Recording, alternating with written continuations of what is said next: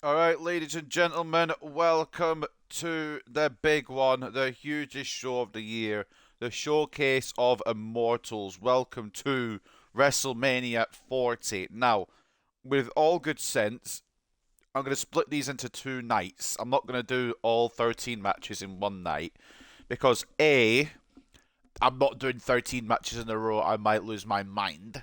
And B, there might be some stuff that happens on SmackDown tonight that may add another match tonight too. So we'll just have to see on that. But we're going to be doing night one. If you haven't seen how the nights have been split for each each set of matches, it is well publicized on Wikipedia and on just any WrestleMania website you find. You can see what the matches are, what order they're in. But we're going to go through night one this, well, for now. I think I'm going to do night two tomorrow, which will technically be the Saturday. I'm going to try and get it done before Stand and Deliver, hopefully. This is being recorded Friday afternoon, well, streamed Friday afternoon, and will hopefully be uploaded Saturday, kind of midday. And then for WrestleMania Night 2, I'll probably stream it Saturday during the day at some point, and then upload it for about 8 p.m. if I can. That's kind of the perspective schedule I've got in my head. Whether it comes to fruition, we shall see. But we're going to get on with it. I'm going to stop talking and we're going to take a look at the card for WrestleMania Night 1. So kicking it off, it is brother versus brother. How else do you kick it off? I mean, there was a couple of matches I was considering putting in first, but I think it's got to be brother versus brother to open WrestleMania 40 the way it did 30 years ago back at WrestleMania 10. I feel like it adds up, to be honest, and it also is one of the most hottest matches, and it will be an incredible opener. Everyone will be up for it, and it'll be a great match. Of course, it is Jimmy Uso of the Bloodline taking on main event Jey Uso. Second match will be for the Intercontinental Championship as the Ring General and the longest reigning Intercontinental Champion ever. That's combined days as well now. Gunther will defend his Intercontinental Championship against Sami Zayn. The third match on the card will be the six-woman tag team match with Damage Controls, Dakota Kai, Asuka, and Kairi Sane facing off against the EST, Bianca Belair, Naomi, and of course the new, well, I can't say debuting because she's already debuted, but on a WrestleMania debut, I guess, it is Jade Cargill. It's a six-woman tag team match, and it is going to be huge. Following that will be, well, I'm going to have to explain this one a little bit. It is the 12-man, well, the six-team ladder match for both the Raw and SmackDown Tag Team Championships. But the thing is, obviously, you can't do a 12-person match because 6 times 2 is 12. So I've picked one from each team. So representing A-Town Down Under, it'll be Grayson Waller. Representing the Tag Team Champions, the Judgment Day, Finn Balor will step up just in case Damian Priest decides to cash in Money in the Bank. Kofi Kingston will represent New Day. R-Truth will represent the Awesome Truth in this one, as it's been more centered around him than The Miz. For DIY, it's going to be Johnny Gargano. I feel like it's more at home in ladder match. And for the team of the New Catch Republic, as much as I would love to see Tyler Bate make his WrestleMania debut in this simulation, he'll make it anyway in real life. But in this simulation, it will be Pete Dunne who gets that spot. And that will be for the Tag Team Championships once again. I know it's a bit different, a bit deconstructed. But it basically is, of course, A-Town Down Under, Judgment Day, The New Day, Awesome Truth, DIY, and the New Catch Republic all involved in that one. Following that will be for the Women's World Championship as Rhea Ripley defends her Women's Championship against the man, against Becky Lynch. I think there's something up with her attire, so I'm going to go quickly and fix that before we get on with this match. You'll get a sneak peek of the attire I picked for Becky. For the match before the main event, it will be a tag team match as the LWO, Rey Mysterio, and new member Dragon Lee will take on the Legado del Fantasma leader Santos Escobar and his newest best friend, Rey Mysterio's son as well, from the Judgment Day is Dirty Dominic Mysterio. And then to close the show, it's the one we all know about and the one we're all waiting for, the one we're all excited for, as World Heavyweight Champion Seth freaking Rollins will team with the number one contender and the Royal Rumble winner, Cody Rhodes, to take on the undisputed Universal Champion Roman Reigns. And of course, the final boss making his return to the squared circle for the first time, I believe, 8 years. It is The Rock coming back to main event WrestleMania Night 1. So I'm just going to do a little double check on Becky's attire, which you'll get a little sneak preview of. And I think it should be saved. So I'm just going to make sure it is. Just double check on that front. And then we will go into WrestleMania Night 1. I think it should work anyway. Hopefully it works. So without any further ado, let's get into it. So to open the WrestleMania Night 1 card, it will be brother versus brother, Jimmy versus Jay.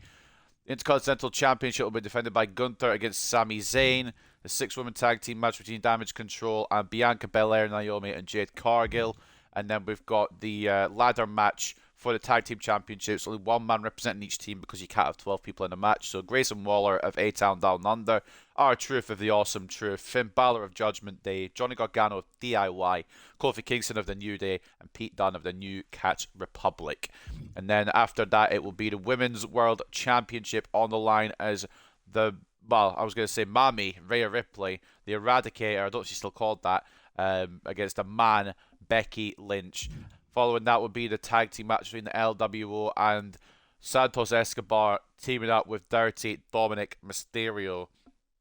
Always wants to get one over on his father. Will he be able to at WrestleMania? And in the main event, the massive one, that has implications for Night 2, might I add. Seth freaking Rollins and Cody Rhodes will team up to take on Roman Reigns and The Rock. And like I said, if Roman Reigns and The Rock win, it is bloodline rules for the undisputed WWE Universal Championship match on Night 2. However, if Seth Rollins and Cody Rhodes get the victory over the Bloodline here, the Bloodline will be banned from ringside. It'll be a straight one-on-one between Roman Reigns and Cody Rhodes for that undisputed WWE Universal Championship. So without further ado, we're going to stop talking, at least about the matches, and we're going to get into some matches, and we're going to open with Jimmy Uso taking on Jey Uso. It's a dream match for both these men, I believe. Both of them wanted to have a match at WrestleMania. Obviously, last year, they main evented Night 1 on the same team. This year, at WrestleMania 40, they will be against each other. It is going to be Jimmy Uso versus main event Jey Uso, and I reckon it has to be Jey to win this, surely. You'd think.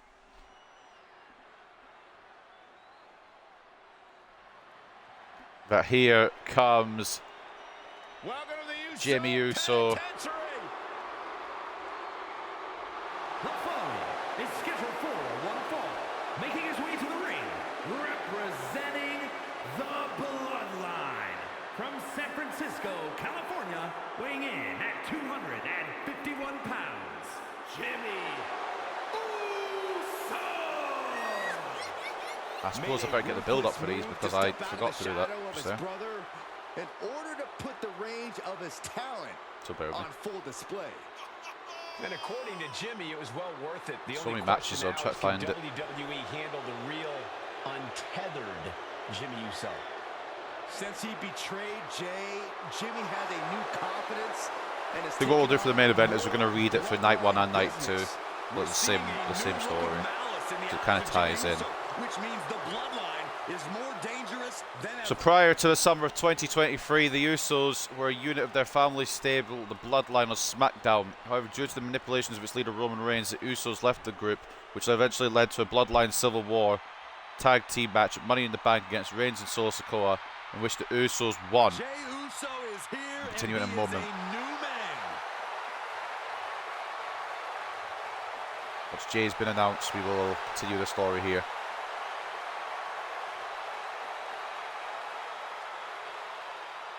And his opponent from San Francisco, California, weighing in at 242 pounds, main event, Jey Uso. Jey then faced Reigns for the undisputed WWE Universal Championship at SummerSlam that August, but Jimmy interfered and cost his brother the match. On the following SmackDown, Jimmy explained that he cost Jey the match to keep him from gaining power and becoming corrupted like Reigns. Jey subsequently attacked Jimmy and quit WWE, but was later reinstated as a member of the Raw roster. Despite being on different shows, Jimmy, who rejoined the Bloodline, would often appear on Raw and attack Jay or cost him matches. The two would also face off in the Men's Royal Rumble match in January 2024 as their first two entrants.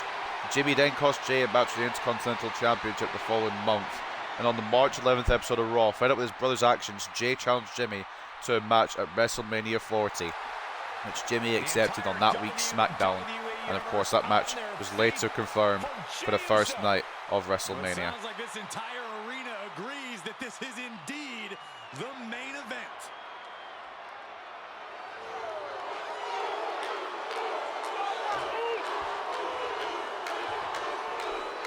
Here we go then, brother versus brother. Jay versus Jimmy. I just got an achievement. Create arena and have a match in it. Oh, this is the first one of the created arenas, isn't it? Because Stand and Deliver was actually arena. And Jimmy looking for an early cover. I think it was just out of cockiness rather than anything else. And he's going for it again. Jay not giving him a moment. And Jimmy looking to get a jump on Jay here. Good start, to be fair. Now Jay fighting back with a drop kick. And very cocky Jimmy Uso is in trouble early on. If you couldn't tell who the brothers were apart before, you can now. One is wearing main event top, of course, because he is main event Jay Uso, and the other is the cowardly member of the Bloodline that is Jimmy Uso, as Jay goes for a cover, and it's a 1 count on his brother. But you have to wonder if he can keep it up. When taking on Jey Uso, you have the constant looming threat of his devastating right hands by Jay. This has got to feel good. Obviously, you don't want to fight your brother under any circumstances, but this has got to feel good with Jay being cost so many matches by his brother. This has got to be a measure of revenge, you have to think, from Jey Uso here. He's out wrestling and out performing his brother at the moment, and a power slam to Jimmy as he goes for the cover on his brother. Another kick out, this time at 2 by Jimmy Uso. And where does he think he's going? Look, he's looking for an escape here. Opportunity to regain some composure. And he tries to come back in, and he does. Uncorks the right hand as Jay was turning around. Now it could be Jimmy's opening here early on in this one. I mean, it's still very early in this one. Probably some length for this match. He'll take a very, very huge amount of punishment for one man to beat the other. They're brothers. They'll know what either one's doing each time. It'll take something absolutely special for either Jimmy to beat Jay or for Jay to beat Jimmy. Reversal by Jey Uso as he looks for a DDT to plant his brother, to plant his twin brother. He goes for the cover off of it. And a kick out at 1. I think this is the wrong arena because I downloaded 2 and I believe this is the wrong one, but it's okay. Does the trick. Now Jimmy with a reversal. See what I mean? They just know, each brother knows what the other brother's going to do. And it's going to be a moment of magic or a moment of surprise that will probably separate these two men. Samoan drop by Jimmy. Straight down onto Jey Uso, who tries to recover. It gets caught now. And this is a submission that I believe Jay introduced. But Jimmy's the one who's applying it on his brother. The Tequila Sunrise, but Jay, of course, knows the counter. Don't be silly. And a drop kick. And I think Jay was looking for the same thing, but Jimmy knew it was coming. This is what I mean. Two equal styles. How can you separate each other? These are brothers. Spine buster by Jay. It is going to take an absolute enormous amount of punishment, like I said. And you just wonder which brother has it in them to defeat the other one, if either of them do. I think it's gone too far to show any sympathy. And Jay was, Jimmy was looking on Jay. Now Jay with a roll up on his brother, and a quick kick out from Jimmy. Another big right hand, uncorking it. Off the ropes, drop down. Leapfrog by Jimmy. It delivers another Samoan drop, but Jay finds the counter to it. Has Jimmy in his grip. And now Jay with a Samoan drop of his own. Jay might be getting too cocky here. Could come back. Main event, Jey Uso has taken over this matchup. Jimmy sending Jay to the corner in the end. Every time Jay's looking for that move, or Jimmy's looking for that move, Jay's equal to it. And now it's Jay has his brother in the corner. And you gotta wonder what he's thinking now in the corner. Reversal by Jimmy. I don't know what the plan was, but it's been reversed into another right hand. Now Jimmy sending his brother to the outside. Nasty right hand. And a roundhouse enziguri kick. It was meant to be the enziguri, but I'd already said roundhouse, so I kind of had to try and play it off. It didn't work well at all, did it? Both these brothers now spilling to the outside.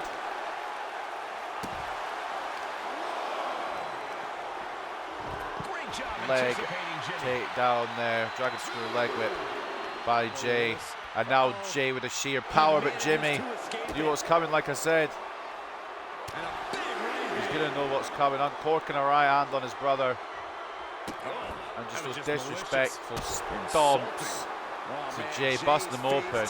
And now Jay is fuming, being busted open at the hands of Jimmy Uso here. Referee's count still going. And he gets set back into the ring. Jay sends Jimmy back into the ring. And goodness knows what the thought process is here now. Another Samoan drop by Jey Uso. Jimmy returning to his feet. Only for a moment. Missile drop kick by Jay and a cover off the missile drop kick. Kick out by Jimmy still.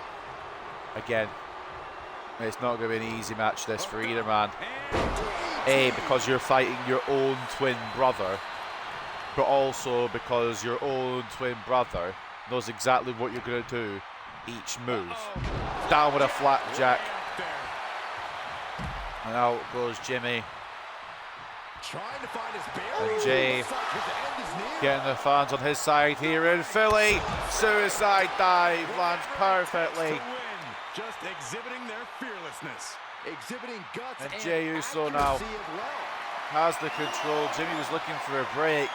Jey Uso not allowing his brother a break, and now a powerbomb on the announce table. And Jey Uso isn't going to let familial bonds keep him from cutting Jimmy down back in the ring.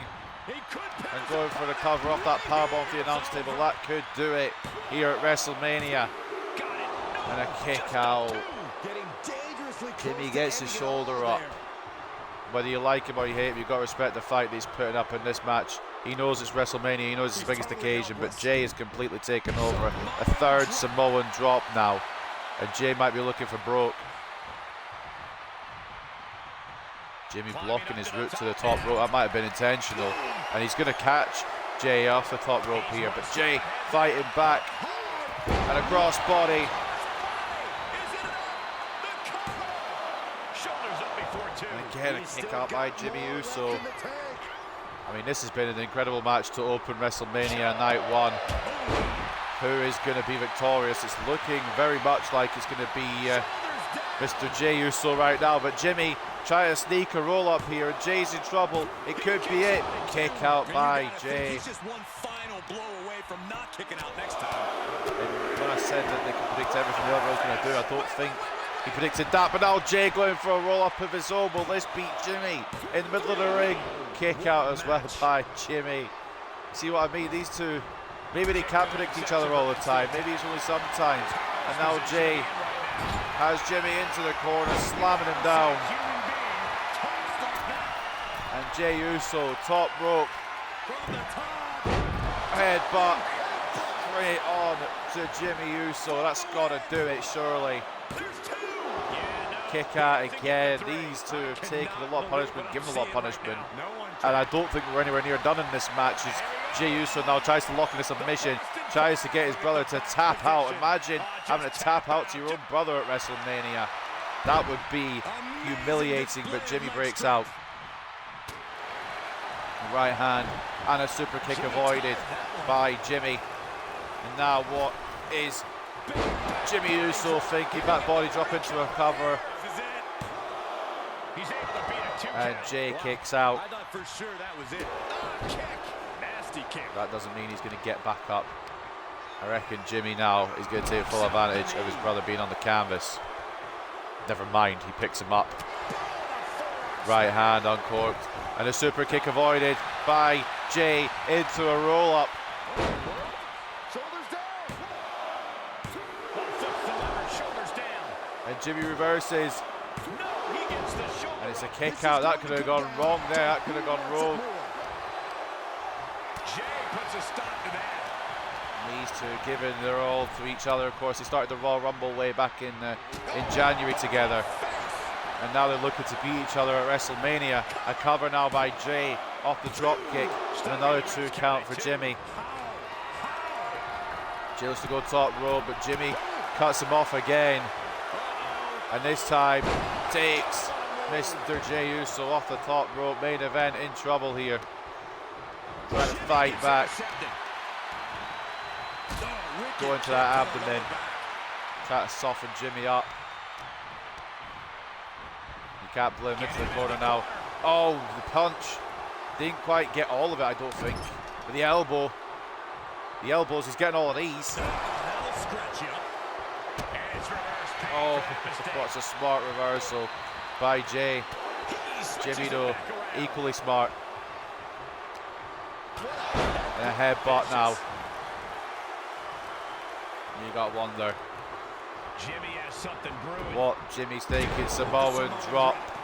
Both men exhausted at the beating they've put up on each other. Can Jimmy Uso take advantage? He looks to go up top, but now it's Jay with a cut off. And down goes Jimmy. And now Jay, DDT. And now it's going to be Jey Uso looking for that tequila sunrise submission maneuver. Jimmy applied it earlier in the match. It's going to be Jay now to apply it on his brother. Will he get any success? Jimmy's rolling through. Like I said, they'll both know the counter to that. They both came up with that together. And now it's Jimmy sending Jay off the ropes into what looked like a belly-to-belly suplex. Not going to happen. DDT again. I think Jay's trying to bust his brother's skull open here at this point. You can only assume. Tossed into the corner. Into the corner. Now what is Jay thinking? Thinking something big, it looks like. Jay's busted open, wearing the boots of war as he looks to a... Oh, fucking hell. Samoan drop. No. Jimmy found a way out of it. Roll up. No. Power bomb. That might do it, or that might at least open up an opportunity for Jimmy Uso. What a counter. Right hand to that bloody face of his brother. Jey Uso looking for respite. He's not going to get any from his brother here.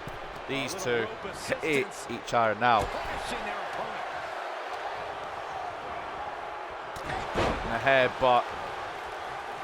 He's stalking his opponent from the top turnbuckle. And it's looking as this time as if Jey Uso will go with a home run shot. Or so we thought. Jay kicks out. And the blood is still pumping for Jey Uso. I can see it in the eyes from here. Disbelief. A fight forever, chant from this crowd. I agree. This has been a scintillating opening match from the Usos. So first and last time we'll probably refer to them as a unit here because they're just against each other so much now. And Jay's thinking, I don't know what he's thinking. I don't want to know what he's thinking. Do we want to know what Jay's thinking here? He's looking for something. Trajectory was slightly off there. Why is this game broken? You know, it's kind of funny. It's kind of funny. And this one might be headed ringside. Now Jay, despite 2 attempts inside the ring to jump out, the game refused it. And that suplex is tired out main event here. But like I said, he's looking for something big. He's going to be denied. Super kick and a right hand to his brother.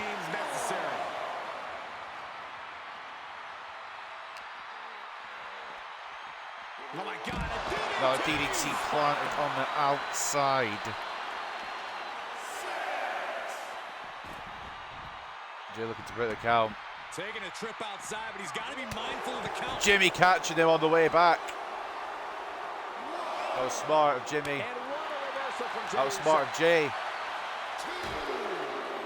And I think Jay's looking for the ultimate revenge. Jimmy knew it was coming though. Back inside the ring. Jey Uso is thrown. Jimmy Uso is feeling and Jimmy just showing off, but took a second too long. And now Jay gonna try for it again. The anger boiling through the blood of Jay. Jimmy reverses. This feels so unsafe. And now it's Jimmy that could be looking for something huge. He is looking for something big on this table. But Jay reverses it.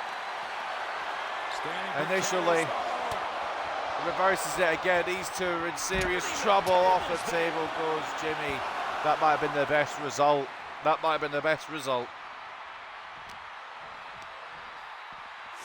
And inside, reversal again by Jimmy. Every time Jay feels like he's got his brother on, in trouble, it doesn't seem to happen for him. Jay misses another wild right hand, but this time he does block Jimmy, and it looks as if it could be trouble. Super kick and a second one into a cover.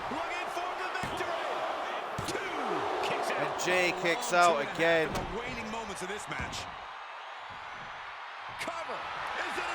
And he catches his brother once again. This has been brilliant. Kick out. And now it's Jay going for a home run. Right hand off the top. Uncorks it on Jimmy. And now top rope once again goes Jay. Uso splash. It didn't put Jay away when Jimmy did it. And it's not going to put Jimmy away this time either. See what I mean? This is going to be a war for the ages. He definitely thought he had that one in the bag.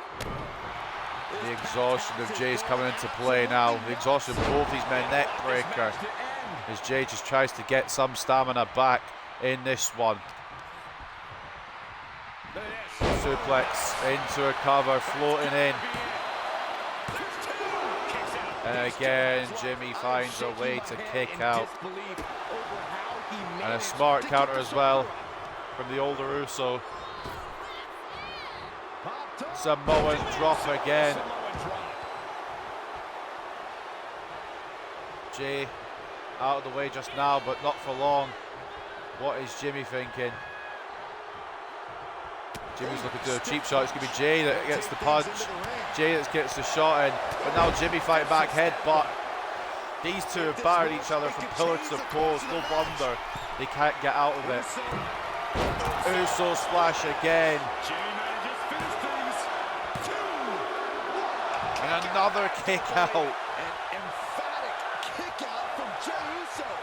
You've got to wonder what it's going to take to put these men away. It is unreal that this If match is anything, still at this going point, on. if Earlier, anything. they would end most matches. Cuts off their offense with a swift elbow to the gut. Looking worse for wear in the corner now. Into the corner. Jimmy busted open. What is Jay thinking? Man, this place is jumping. Calling for it. The hip attack. And now once again to the top for the Uso splash on Jimmy Uso. Doesn't have enough to get the cover. Yes, he does. I thought he did it there. Exhausted from this matchup. And Jimmy still finds a way out. This is an absolute classic these brothers are putting on to open WrestleMania 40 Night 1. Jay taking his brother once again to the outside. Could you have asked for a better opening to WrestleMania 40? The answer may surprise you. The answer is no for reference. Down on the table. A right hand on court on Jimmy, who I think is out for the count. Jimmy going to make sure he is, or Jay I should say, going to make sure he is. The energy in here is palpable. Something truly special. This is going to be bad. You got to wonder what Jey Uso is thinking. Suplex off the table. 5 count from both these men. Jimmy keeps getting cut down at every move. And now thrown back into the ring. Jay Back in. taking his offense to the top rope. He needs to find his way Jay back top into the rope ring. now. The count just keeps going up. Jimmy in trouble. Up high. Crossbody again. Everything being thrown at these brothers. Each of them giving home run shots as well.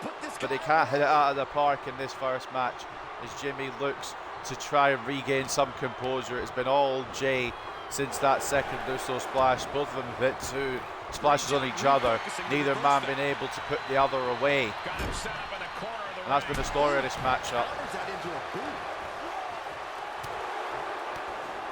Both of these men doing absolutely anything to try and get one over on the other, and it's Jimmy Uso who has the control again into the corner. And I think it's going to be over here for Jimmy Uso as Jay looks to go for it again, and there's no response. The second, or the avalanche Samoan drop. Jay doesn't really have enough to try and capitalise. It took him a second. Will that be enough for Jimmy to find a way out? And he does. You got a question. How much is it worth? How much is it worth to continue through the agony? It's obviously. I thought they might have done it. And if it didn't, he's going to go for it again. Tequila Sunrise.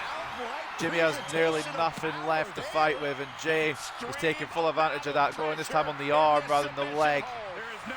Does Jimmy have the ability to fight out? He rolls through. And now a barrage, I suppose, by the older Uso. And this is just frustration coming to the top now for both these men. How neither of these men have put the other way yet is extraordinary. But that might change momentarily. Jimmy looking for something huge on his brother. Oh my fucking days. I thought it was going to be a moonsault first. But Jay, conscious, ready to go. One last gasp perhaps with a drop kick. Jimmy out again. Refuses to stay down. Pure instinct. Kicking him in the head as he gets back up. Placed in the corner. Caught right in the jaw. What a shot. I dread to think what both these men are thinking of doing to each other at this point. I don't even want to know, I don't think, at this point.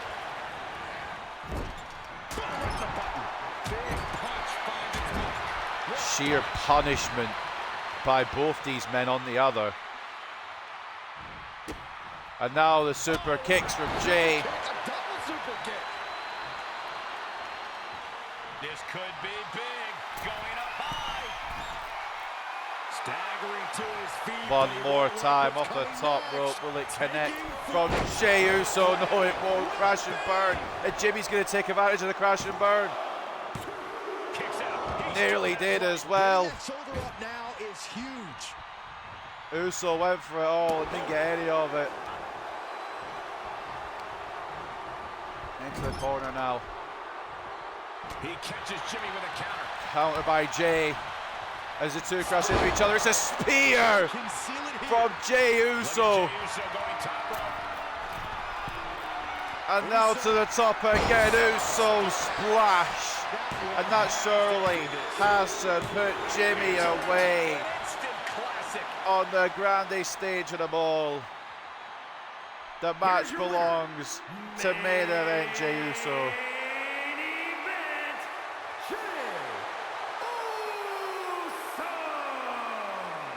And you gotta think there's probably a begrudging respect there being shown.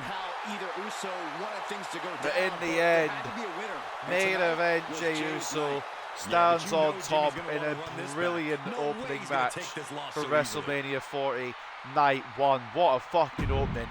And it's only going to get better as the night progresses. Up next, the Intercontinental Championship is on the line as Sami Zayn challenges the Ring General and the longest reigning Intercontinental Champion in history.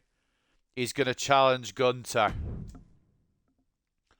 And as much as I love Sami, as much as I love Gunther, it's a difficult one to pick this, but I'm going to go with Gunther because I just don't see Sami being the one to end this legendary run. I could be wrong, and maybe I am wrong. Maybe it's time. Maybe Sami will become the Intercontinental Champion again. I don't know. But I think the night, in my opinion, should belong to the Ring General. The following contest is scheduled for one fall. That is for the WWE Intercontinental Championship.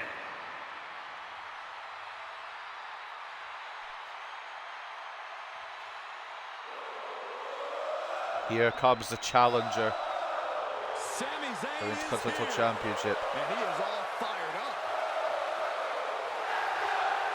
My phone's frozen. Try to find the build for this match. But here he comes.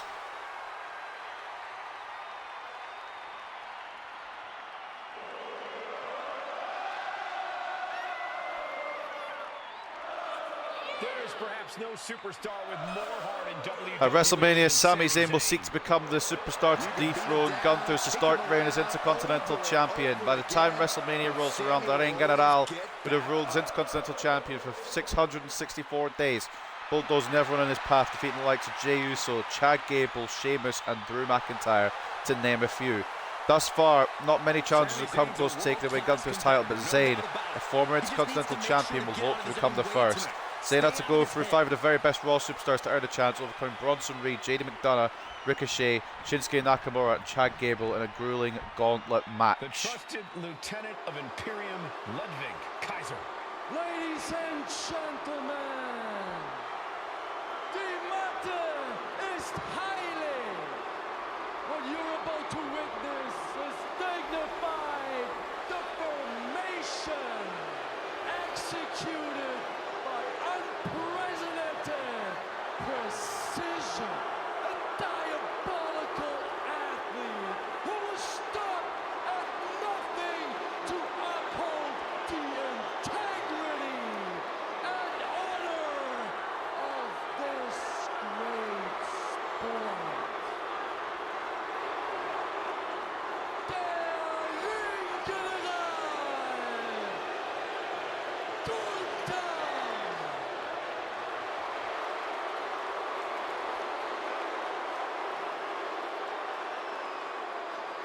Everyone show some reverence for Imperium. Oh, here comes the Intercontinental Champion. Is Kaiser's unwavering dedication to the The Intercontinental Champion is Gunther, not Imperium for reference. I don't know why it says that, but there you go. To continue reading the build, Zayn and the Ring General have faced off once in the past in a one-on-one encounter inside a WWE ring, with Gunther earning the victory. However, the Intercontinental title was not on the line during that match. Can Zayn make back-to-back WrestleMania history after dethroning the Usos to start tag team reign last year with Kevin Owens? Or will the Ring General stay undefeated at WrestleMania?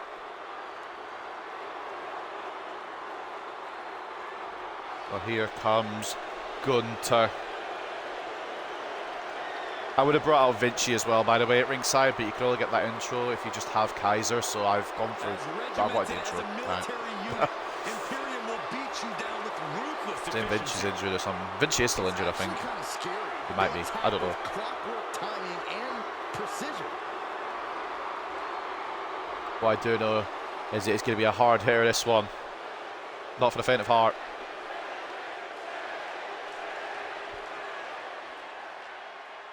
With the Intercontinental Championship on the line. I don't think they've done the announcements yet, so we'll let them do so. And we'll get into this. Introducing the challenger from Montreal, Quebec, Canada, weighing in at 212 pounds, Sami Zayn. And his opponent from Vienna, Austria, weighing in at 297 pounds, the WWE Intercontinental Champion, Gunther!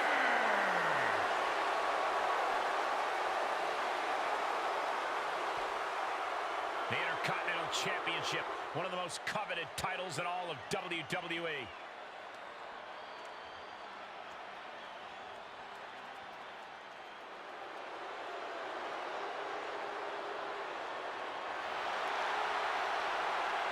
Well, here we go then, the first title on the line here at WrestleMania XL, or WrestleMania 40, whatever you want to call it. It's a doozy, and it's going to take a colossal fight for Sami Zayn to dethrone the Ring General, but try he will. Perhaps a new chapter will be written in the championships. And it's as easy as that for Gunther. For over 40 years, the WWE's best have competed for this title. He's just going to throw Sami around, let Sami know. Sami, try to come in for a sneak attack. This might be the only way to beat Gunther, and this might be the only way to beat Gunther as well. Brute force, straight aggression, but Gunther can provide the aggression too, you know, avoiding the kick, missing the kick of his own. Sami Zayn taking down Gunther. This could be the first real time that Gunther is in trouble. Wicked kick to the lower back. Sami trying to take Gunther apart limb from limb. And already the Ring General wearing the wounds of war. And this is what Sami needed. Sami needed to get the early advantage here, and now both men, I think, looking to get a respite. Well, Gunther was looking to get respite, but Sami chasing. And Gunther, you don't see him running from many people, but Sami's just busted the Ring General open. You don't see many people bust him open either. Reversal by Sami, who's going for a submission early. The Koji clutch on Gunther to win the Intercontinental Championship. It's not going to work that early. Don't be silly. As Kaiser looking to try and assist Gunther here if he can. Gunther sends Sami into that turnbuckle and goes for a cover. The foot's under the ropes. The ref doesn't see it though. The foot was under the ropes. Sami kicked out anyway. And again, looking for that Koji clutch. This time Gunther equal to it with the elbows to the brain of Sami. He will once again take down the Ring General with a point of his elbow going to the top of Gunther's head. Kick to the back as well to follow up, and now looking to pound him. But that's not going to happen. You're not going to get one over on Gunther like that. We want to tell you, Sami Zayn, that was a mad chop, and he's going to come and deliver another one. Surely it's exactly what he's planning. And two chops into a cover again under the ropes. The ref sees it this time.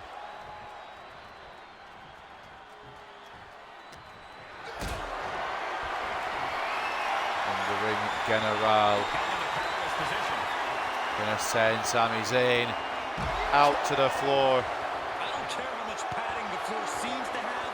Being thrown out of the ring like that is incredibly Ludwig unforgiving to your throwing body. a hammer into the ring. But the ref, I think Gunther was going to use the ref, take a hammer off, and then Gunther getting distracted, gets DDT'd for his troubles. And this has been a very head-focused assault by Sami Zayn on the Intercontinental Champion. Continuing to dissect. Of course, the we'll be leg warming of his Gunther up opponent. for that haluva kick, you'd have to think, at some point. And working on that wound on Gunther's head. This is smart from Sami. I don't know how many people have come in with a strategy against Gunther. I don't know if you can strategize for the Ring General, but Sami's done well so far up until that German suplex, just slowing the pace down once again. Swinging neck breaker as well by Gunther. Sami back to his feet though. Second win, perhaps, not that it's really been through much as of yet. Sami looking to punch Gunther, but Gunther falls just without needing to be punched. That's how much blood loss I think he's had. And a cover now on Gunther by Sami. This is a weird strategy. You don't see Gunther usually in this kind of a defensive position, but it has been that. You have to imagine the disdain it takes to repeatedly stop someone like that. He is getting rid of the turnbuckle pad. Don't say that too loud, Saxon. And once again, Sami arm drag. The Intercontinental Champion needs all the help he can get at the moment. Misses the boot. Sami seems to have everything scouted. And now Ludwig fucking Gunther over.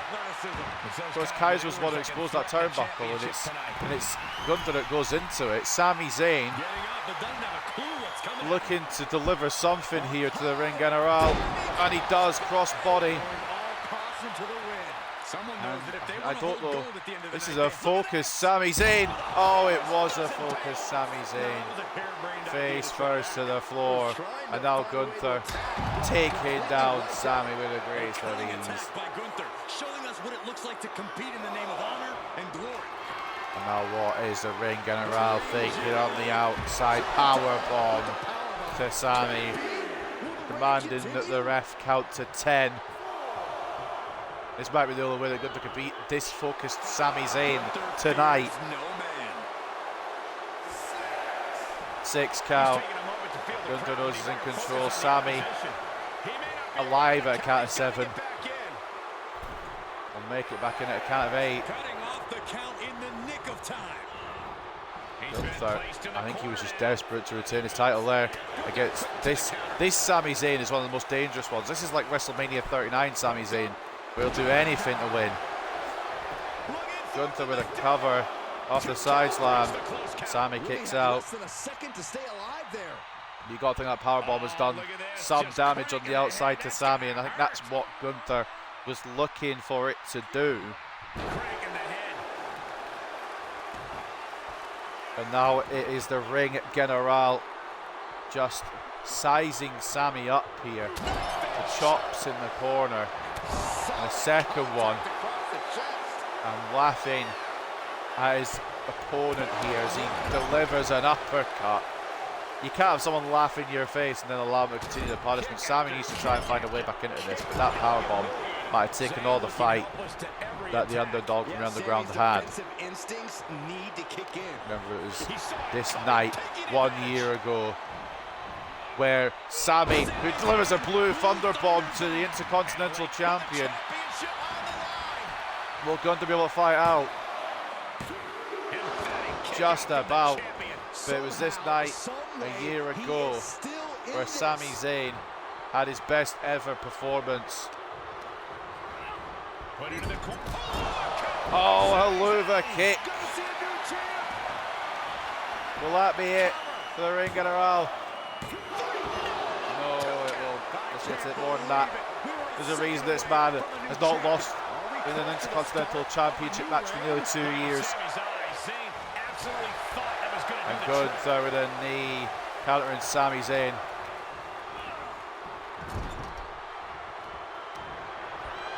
That blood to the head will not be helping the ring general. A DDT to the head will also not be helping. High-risk territory for Sami looking to follow up with some high-risk offense again. Oh my God! Moonsault misses Gunther here, and that's the opening. That's the plan.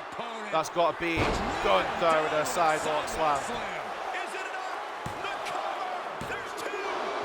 Kick out by Samuel Zayn. Digging deep into their well to keep this match going. Still with fight to go here, but Gunther still with fight as well. Again, there's a reason he's been Intercontinental Champion for as long as he has, as now he puts the claret on Sami Zayn's face. I'm starting to think it's going to be blood every match at this rate. And if there's something that Gunther can do, it's take advantage of the weakness of his opponents. And that might be, it might spell the end for Sami Zayn. Gunther continues the punishment on the face of his challenger. The ref's got to step in surely at some point, administer a count or something, do something to get Zayn out of the clutches of the ring general. It might be a bit too late as Gunther looking to deliver. Is this a superplex? Oh, he's hooked the arms, double underhook, superplex to Sami Zayn. He's just trying to find any way back in this match. And Sami looking with a boot there. Gunther stunned. And Sami Zayn now has the ring get around the corner as he looks for the arm drag again. Is this the tornado DDT? It is. And that might be Sami's route back in as he desperately, frantically goes for a cover on the ring general. And a kick out, 2.5. Almost inhuman at this point. Have you ever seen Gunther be beaten up this much since his match with Sheamus way back in 2022? Because I sure as hell haven't. I don't think I've ever seen Gunther dominate this much by an opponent. Maybe it is Sami's night here at WrestleMania to become Intercontinental Champion once again. You have to remember, he's been Intercontinental Champion at this event before, 4 years ago. Defended that in the COVID WrestleMania, the WrestleMania 36. I think it was night 1 or night 2, one of them. That was the first time it was double nights, but he defended that against Daniel Bryan. Bryan Danielson down in AEW, sidewalk slam from the second rope by Gunther. And if the first one didn't do it, that one just might. Kaiser watching on eagerly. You've got to wonder how much more Sami Zayn can take.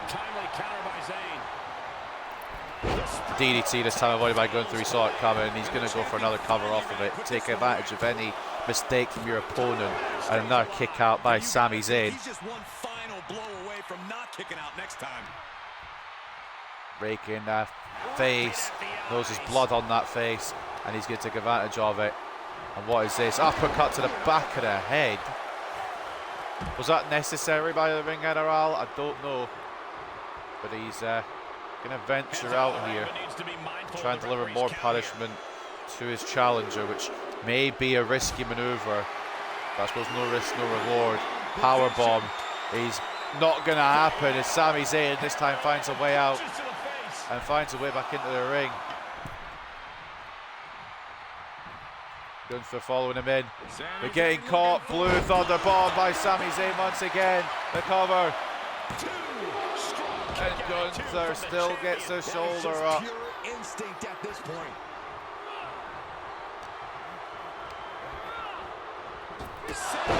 And a Haluva kick again as well.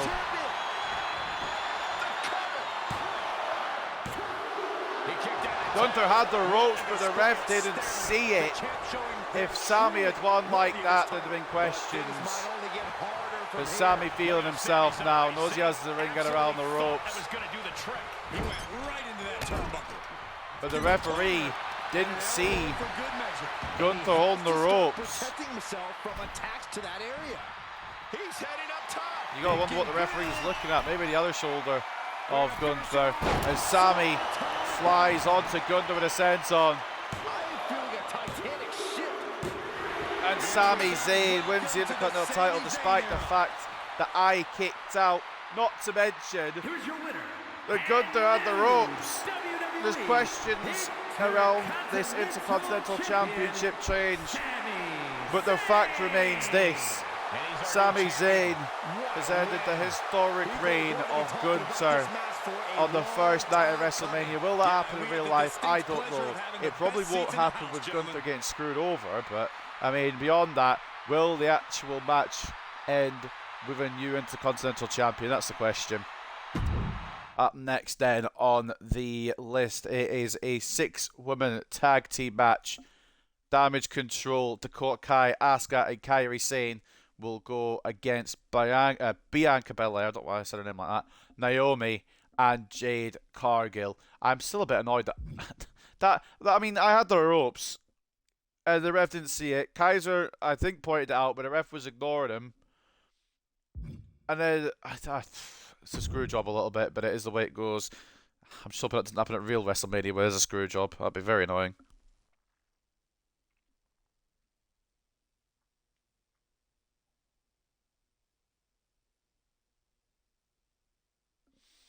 Well then, I think it's got to be this side of the coin. I reckon Jade Cargill's not going to lose on her WrestleMania debut, is she? despite it being Damage Control.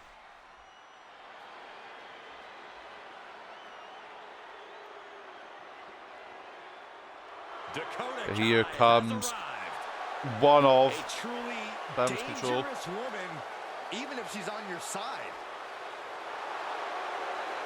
The following contest is a 6-woman tag team match. Introducing first, representing Damage Control from Auckland, New Zealand, Dakota Kai. This is a woman And you've who got, demands her I place mean, in the spotlight and has taken it by very, pure force. I mean, I don't know really how to word it, but you've not got to be pleased with Dakota Kai's actions in the build-up to WrestleMania. Maybe not even involving this match, but that included the entire WWE universe. But how things have changed. Dakota involving the Bayley and Io Sky match will happen on night 2. Team kicking Saxton, you're off. It's just abhorrent the way that she turned on her mentor, on the leader of Damage Control. But now it's going to be Io Sky that has to face the consequences.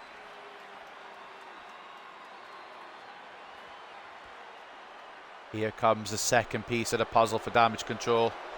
One half of the women's tag team champions as well. Can't remember if I gave them the belts actually. Up I did. Charismatic, cunning, and commanding. A superstar in every sense of the word. And I did. representing Damage Control from Osaka, Japan, one half of the women's tag team champions,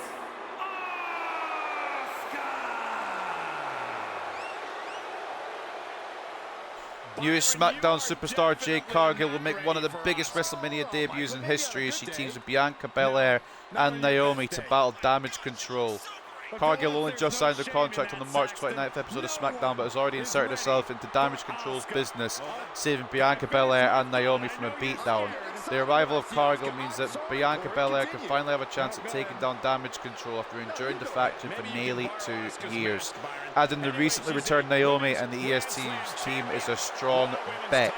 This is an all-new Damage Control, however, after they ousted former leader Bayley and added new members Asuka and Kairi Sane.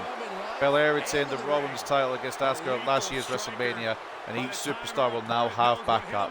Will Cargill shine the brightest when she brings the storm to her WrestleMania debut? That is the question. Final piece of the puzzle then for the Damage Control side of things. The returning, well, former Pirate Princess. She's now, I don't know, not the Pirate Princess, but here comes Kairi. She didn't come alone. Using the tag titles in that briefcase. representing Damage Control from Yamaguchi, Japan, one half of the women's tag team champions, Kairi Sane. And Kairi Sane does indeed have the women's tag team title in that box. This match, I cannot wait to finally Take it to the ring, of course. Kabuki Warriors reuniting and becoming the tag team champions as part of Damage Control.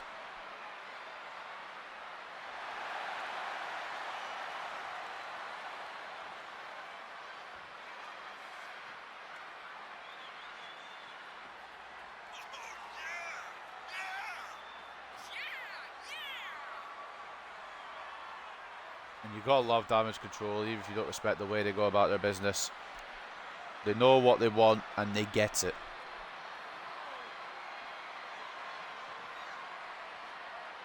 And Kairi Sane enters to, of course, team up with her tag team champion partner, as well as Dakota Kai, who's now returned to the ring, of course, following that long-term injury layoff. And a mixed reaction here for Kairi Sane. This is not a Kairi Sane we saw the last time around in WWE.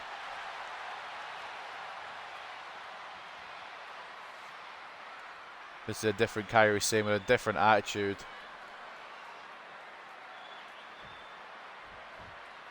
And here come their opponents momentarily.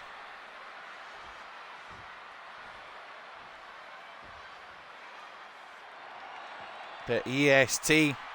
Already so many accolades for this woman, Bianca Belair. And from Knoxville, Tennessee, Bianca Belair.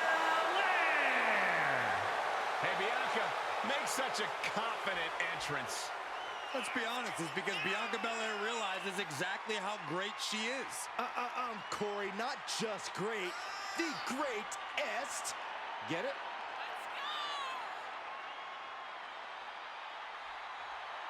Bianca Belair, the first of this trio.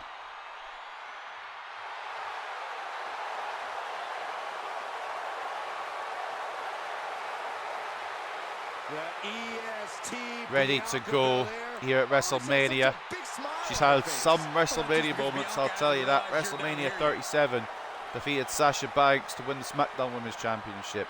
WrestleMania 38 defeated Becky Lynch to win the Raw Women's Championship. And of course, last year defended the title successfully against Asuka. She is undefeated at WrestleMania, if I'm counting correctly, which I might not be.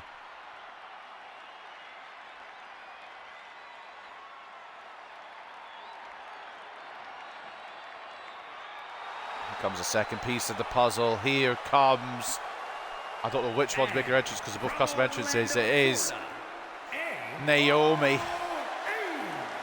I can't watch this entrance. The recently returned Naomi as well, of course. Why don't they get in the ring and The whole drama with the women's tag team titles and Sasha Banks. Good. Let's see what they've got. But she has arrived at WrestleMania 40 to help out Bianca Belair, to help out Jade Cargill, and to hopefully maybe not rid them of Damage Control. Well, rid them of Damage Control, but maybe not rid the WWE of Damage Control. Bianca Belair is pig sick of Damage Control surely at this point. Always interjecting in business that don't concern him. I think the key here is to, at very least, get Damage Control off the back of Bianca. It's this woman. Naomi, I don't understand why this arena is so dark. There's no lights on in this arena at all. Naomi has arrived though and returned, and now this is the woman we've been waiting for her WrestleMania debut. In just moments here.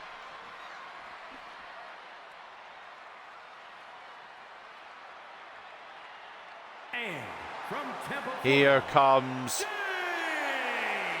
The WWE Universe has been Jade Cargill. hours and minutes for this Her match to start. WrestleMania The countdown debut, is of almost course, over. debuting for WWE back at the Royal Rumble, where she put on a show, I believe, came third to last in that Royal Rumble match. And of course, just recently on SmackDown, we heard that a couple of weeks ago, she signed her contract, and now she's arrived, and she's hoping to help both Bianca Belair and Naomi here to rid them of Damage Control. She has arrived. She is ready to go. 6-woman tag team match begins now. Bianca and Dakota Kai kicking things off. Dakota Kai with the first move. And Damage Control will be looking to prove a point here, proving that they own the WWE. And then Bianca and Naomi and Jade will be looking to prove that they don't. Dakota getting the way out of that slam. And now Snapmare into a whatever the fuck that's called. I've never known what that's called. Jawbreaker, I guess, of some sort. There's Bianca down to the canvas. And Dakota Kai's looked very good since returning to the ring, to be fair. And she's gonna try and she's not gonna try and find a tag here. I thought she was, but Bianca been given enough time to break out, and we'll take full advantage of that. And Belair now lifting up Dakota Kai, stalling suplex. The EST with a suplex here at WrestleMania. In comes Kyrie with the right hand. Belair trying to get back into this one. Kyrie Sane, of course, one half of the women's tag team champions. Both Naomi and Jade asking for a tag in. A knee by Asuka. It could be early curtains for Bianca. Kick out from the EST. Still can't get more than a 1 count by now. Down to the canvas as Bianca's team is desperate, wanting her to tag out, but Kairi Sane has been vicious and not allowed it so far. Bianca catches his leg a second time around. And a forearm to Kairi. And Bianca needs to make a tag here. Now she has the opportunity. She does. In comes Naomi. Returning Naomi to WWE. And who knew that this would even happen? Because I did not expect it at first. But then when she lost the Impact Knockouts Championship, I thought, fair enough, she's probably coming back.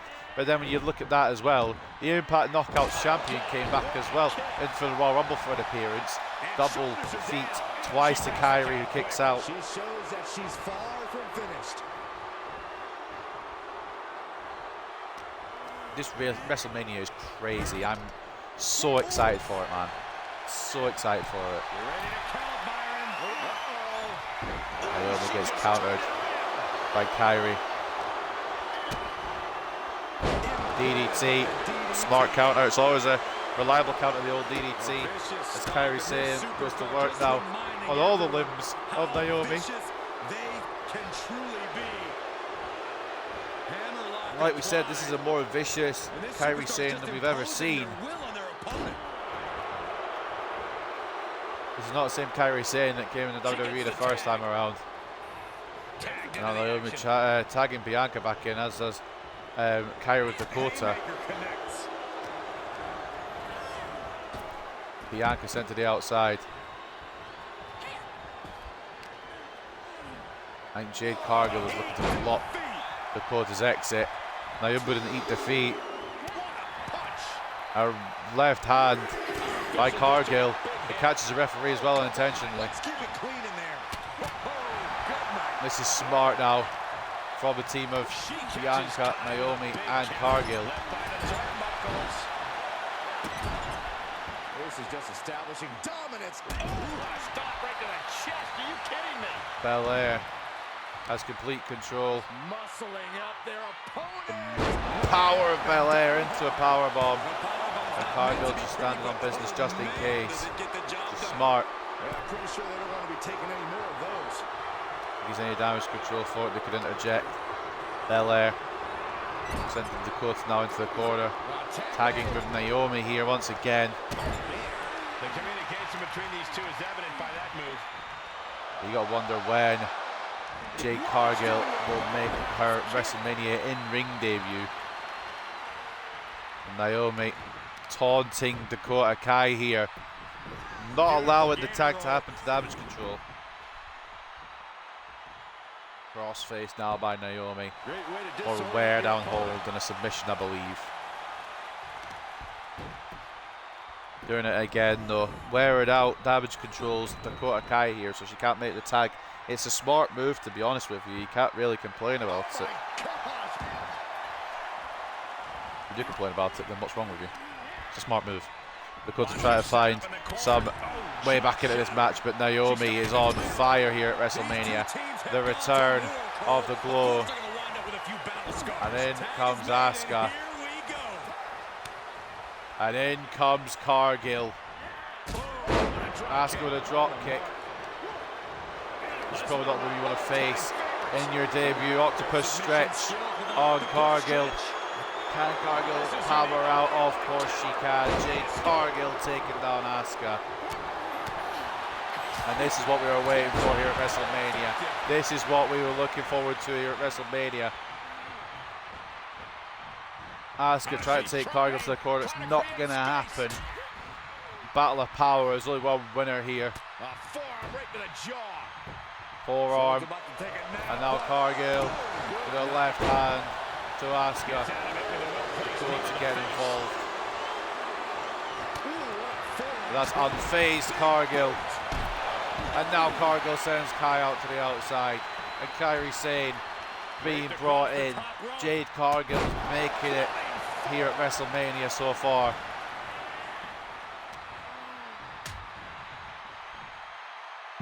Down goes Kairi as Asuka tries to interfere. Does successfully, or at least for a moment. But Cargill is on a different level. And Jade Cargill all over Asuka here. What is Cargill thinking? Planting Asuka. And now Jade. Choke, slam. Oh, Asuka finds a way out. That's the problem with that one. Asuka has a counter to pretty much anything, and that could be the opening for damage control. Cargill brought to the corner. And in comes Kai. This is smart now from damage control. Of course, they know that Jade Cargill's one of the most hot prospects on the scene right now. If they can wear her down, then the rest of the team will not be very happy. All three members of damage control and just now Dakota looks like tagged into Kairi Sane because she's in here now. And a big boot to Cargill into a cover in the damage control corner. And a kick out at 2 from Cargill. Dakota Kai running interference wasn't necessary, but she's done it anyway. And now Kairi Sane with the damage to Cargill. And damage control picking off Cargill. Might not have been the strategy that they were probably going to look to do. It's a strategy they're going with, and it's a strategy that's working. Dakota Kai with boots to the head of Jade Cargill. There is no way out for the newest superstar in WWE at the moment. Dakota Kai and damage control have done a brilliant job, and it could be the Kai kick. And it is the Kai kick. And Cargill will need to make a tag soon if she can. Obviously, it doesn't look like it's possible currently. If she goes for the cover, does Dakota Kai. And Bianca Belair getting involved in a breakup. Dakota Kai simply in trouble as Cargill finds a second wind. Needs to make a tag while she has said second wind. And in comes Naomi. And Naomi now thinking about it, second thoughts on the dive here at WrestleMania. Doesn't want to make a mistake. You don't want to make a mistake at WrestleMania. Naomi thrown into Asuka. I think there was a little knee to the back there from Asuka, because now Dakota Kai once again has control. Damage control work is such a good unit that it's hard to break any of them down. But then Enziguri, Kairi Sane took too long, and Naomi down. Face. I thought it was going to be face first, but it was actually a jawbreaker from Naomi. An interesting choice. Asuka becoming a distraction here, and Kairi can take advantage of said distraction. Double arm suplex. Naomi was distracted by the Empress, and it hasn't worked out, and now Kai coming back in with Naomi to the outside. Goodness knows what the plan of damage control is now. Naomi takes down Kairi and outsmarts Dakota here. Initially anyway. Into the corner. And Naomi with the elbow. Desperate now. Try and put damage control away. A roll up on Dakota Kai, who kicks out. She is not done yet. She flips it back up. Kai with an opportunity here. And Kai lands Naomi. The Hurricane Rana. And Naomi's in the corner of her teammates. So she tags in. And she can find a tag to Bianca. Asuka goes after Cargill. And Bianca furious now at Asuka. And why wouldn't you be? Cargill did nothing there, unprovoked. If anything, it was Naomi that was the one that dragged Asuka in. And Bianca fuming, but Asuka may take advantage of that anger. Oh, but Bianca takes advantage of Asuka here, looking to plant the Empress, which she does right now. And a cover on Asuka. And Dakota Kai in enough time to break it up. I'm asking myself the same question. I have no idea. And now Bianca saying, Dakota, mate, if you want to get involved in business, you can get involved in business. And Bianca Belair losing track of the task at hand. And Asuka takes full advantage of that initially. But Bianca is on fire here at WrestleMania, undefeated at WrestleMania for a reason. And she's going to lift Asuka for a powerbomb. The woman she defeated at WrestleMania last year, Asuka. And now Dakota Kai in. Problem with Bianca, she was in damage control's corner and the backstabber by Kai. Immediately broken up by Cargill, who's getting involved. The damage control looking to get her not involved. Kyrie and Dakota weren't sure who was going further. And it's going to be a second attempt at something here from Kai. Bianca trying to use the power to fight out the EST, looking to stay in it, which she does. Knees to the head of Dakota Kai. And the power of Belair. Down goes Kai and a little moonsault. Kick out. This has been all go. Naomi and Kyrie having a battle on the outside. Cargill and Asuka, I think, were having some kind of battle too at one point. Down goes Dakota Kai. And Bianca Belair, the sheer strength of the EST on display again with a power slam. Kick out once again. You got to know how all 6 of these women are, or you got to question how all 6 of these women are still going. She counters right back on Kai. Roll up. Nothing damage control can do about it. But Kai kicks out anyway. What is this? Detonation kick.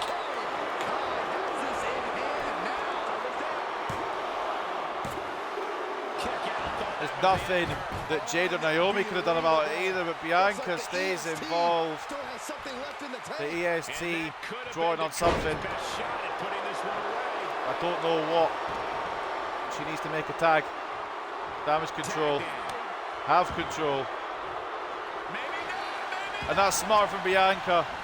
A momentary distraction to a roll-up pin. Kyrie kicks out. And a spear by Bianca. I'll give her enough time to get the tag in. Naomi comes in now. And a spear by Kyrie. And Naomi instantly, well, I should say Bianca instantly getting involved. Damage control have Naomi in the corner. Now, this is the problem. Damage control, it doesn't seem like they have the numbers. It's a 3-on-3, but they just have this advantage where they seem to have all the numbers on their side. Even when that makes, I know it makes no sense, but you could headbutt Naomi, but they seem to have the numbers even when they don't have the numbers. That's how good damage control are as a unit. This can't be good. And in comes Bianca once again. Double elbow. It looked as if Asuka got caught on the ropes a little bit there. And the power on display once again.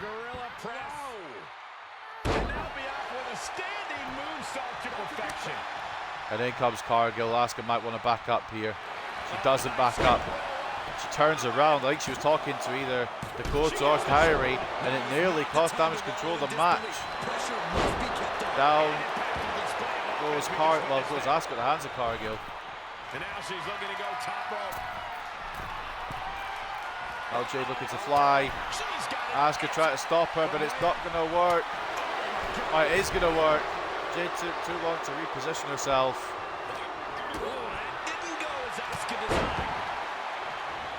Right hand by Cargill now.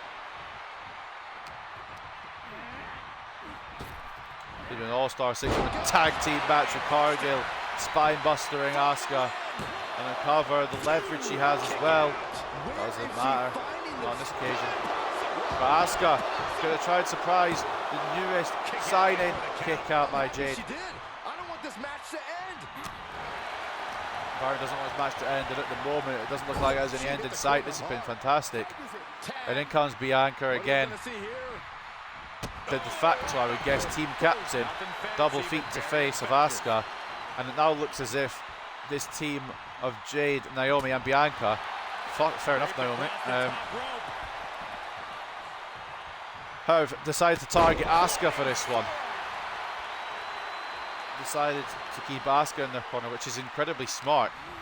That's what they were looking to do with Cargill earlier, damage control. Shoulder right in the midsection. This is just establishing dominance.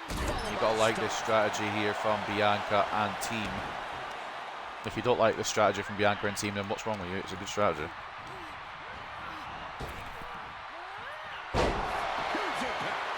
Gets the tag. Back in comes Naomi.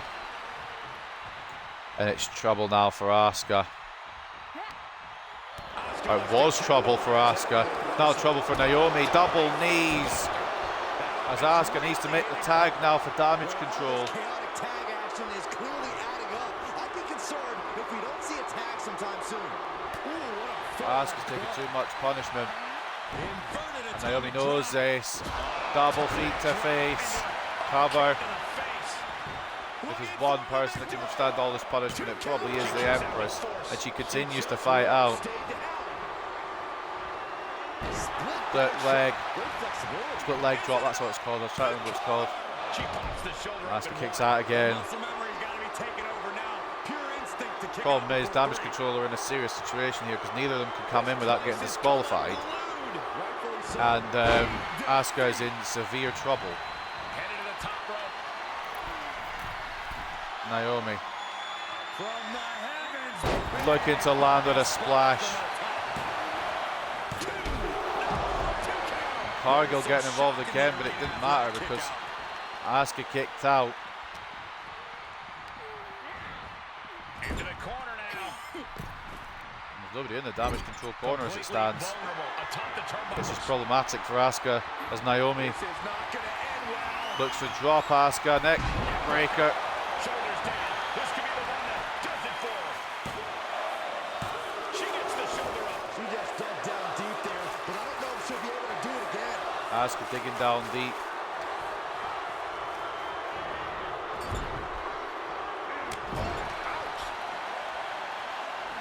Naomi trying a cheap shot.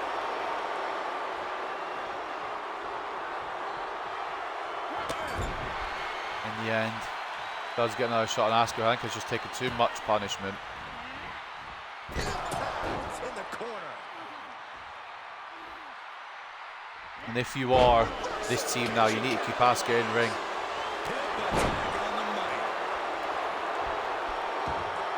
You have to, there's no other choice. Asuka looking to try and find a turnaround here, try to find a way out to her damage control teammates. Will she manage? She does. Dakota Kai re-entering the ring, and Asuka, this is what she needed. Double team by damage control. Asuka needed a way out of this one.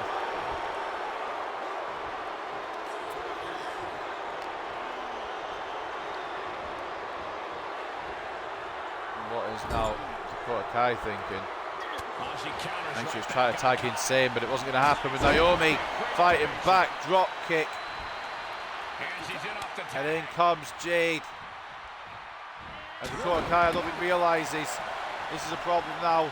Damage control once again. Well, a lot of problems, but now Jade Cargill re-entering. Down goes Dakota on the backbreaker. And as much as Dakota tries to fight here, it might be over. Distracted by Naomi. You don't want to get distracted when you're in the ring with Jade Cargill, because bad things happen. Like, for example, oh, I don't know, this hand going to your face. And there's a sheer brutality on display in this one between these 6 women. Just shows how much they hate each other. The power on display once again from Cargill. Second rope, goes all in for the knee, rolls through. And a DDT countered by Cargill, clothesline.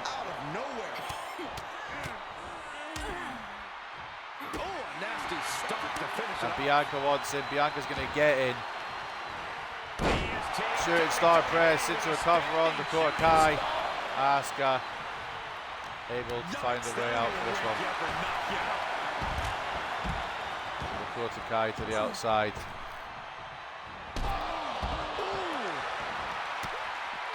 I don't know what these women are thinking now. Bianca on the outside to Kairi. KOD.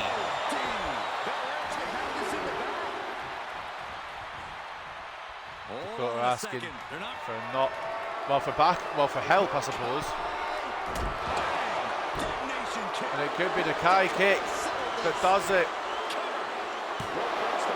But Bianca has enough wherewithal to find the ropes.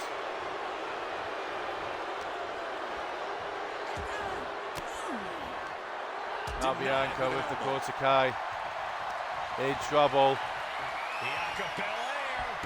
KOD. Dakota can't come back from that. Tag made. And now tagging in Jade. Down goes Kairi. Down goes Asuka. And it could be time to say goodnight to Dakota as well. Dakota Kai. Choke slam by Cargill. Let's see. Ladies and gentlemen, that will probably be that. Jade Cargill looking impressive at WrestleMania. And the unselfishness from the EST to allow Cargill in to get the pin in their first WrestleMania victory is beautiful. What a win, what a team, what a match. Naomi, Bianca Belair, and the newest signing in WWE, Jade Cargill, stand tall in six-woman tag team action at WrestleMania. That's only match 3. We've still got 4 to go. Jesus. Up next, then, it is arguably the one with the most carnage, the one with the most to lose, the one with the most to win as well, maybe, technically, because you're winning 2 belts. It is the Tag Team Championship 6-team ladder match. But, of course, like we said, one representative from each team. Grayson Waller for A-Town Down Under. R-Truth for the Awesome Truth. Finn Balor for Judgment Day. Johnny Gargano for DIY. Kofi Kingston for the New Day. And Pete Dunne for the New Catch Republic. Who do I think is going to win? I've absolutely not a Scooby-Doo in the world. But wouldn't it be funny? Wouldn't it be funny if the titles were to go to the Awesome Truth? I don't know if they'll win them. I don't know who'll win them at this point. I still don't have a prediction in mind. But fuck it. How many times are you going to get to play as R-Truth in a predictions? Not many.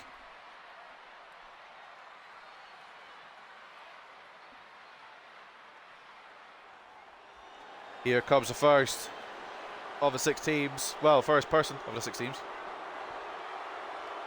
Grayson Waller is in full effect. You think he could maybe dial it down to half? The following contest is a 6-man ladder match. Remember, Making his way to the ring from Sydney, Australia, weighing in at 206 pounds, Grayson Waller. Grayson Waller has no remember, this is for the Tag Team Championships. I know there's a Money in the Bank briefcase up there, but what that signifies is there's a contract in there. And the contract, well, pretty much guarantees you are the Tag Team Champions. Because you can't fit the Tag Team Championships up there.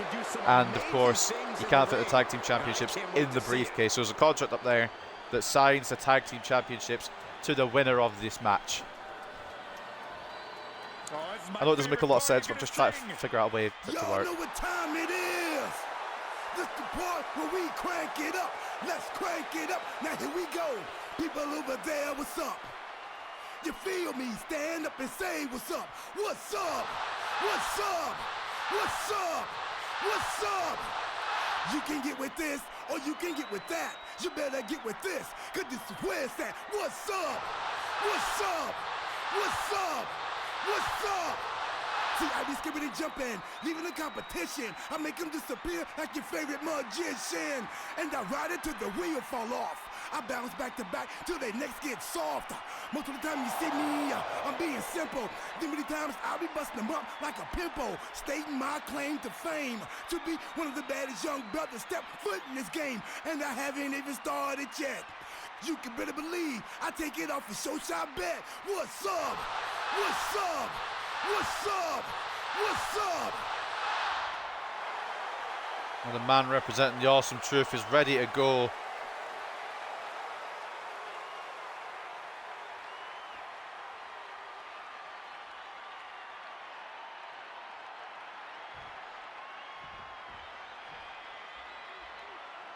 Finn Balor is here.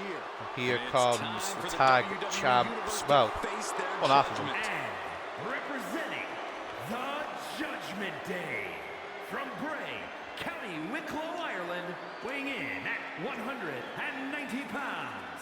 He is one half of the undisputed WWE Tag Team Champions, Finn Balor. A man with amazing high-flying skills, unmatched stamina, and a physique carved out of marble. It's good to be the Prince. I find it amusing, Corey, that despite all those gifts you mentioned, he still requires constant backup in the form of the Judgment Day. Is it Balor's fault that so many competitors want to sit under the learning tree of one of the greatest competitors of this generation? If you ask me, he's not teaching them the right lessons. He's got all the skill in the world. Suppose I better read the bill for this match, never aren't I? plays by the rules. All you need to see are the titles, the main events, the There's it. accolades earned by the Judgment Day.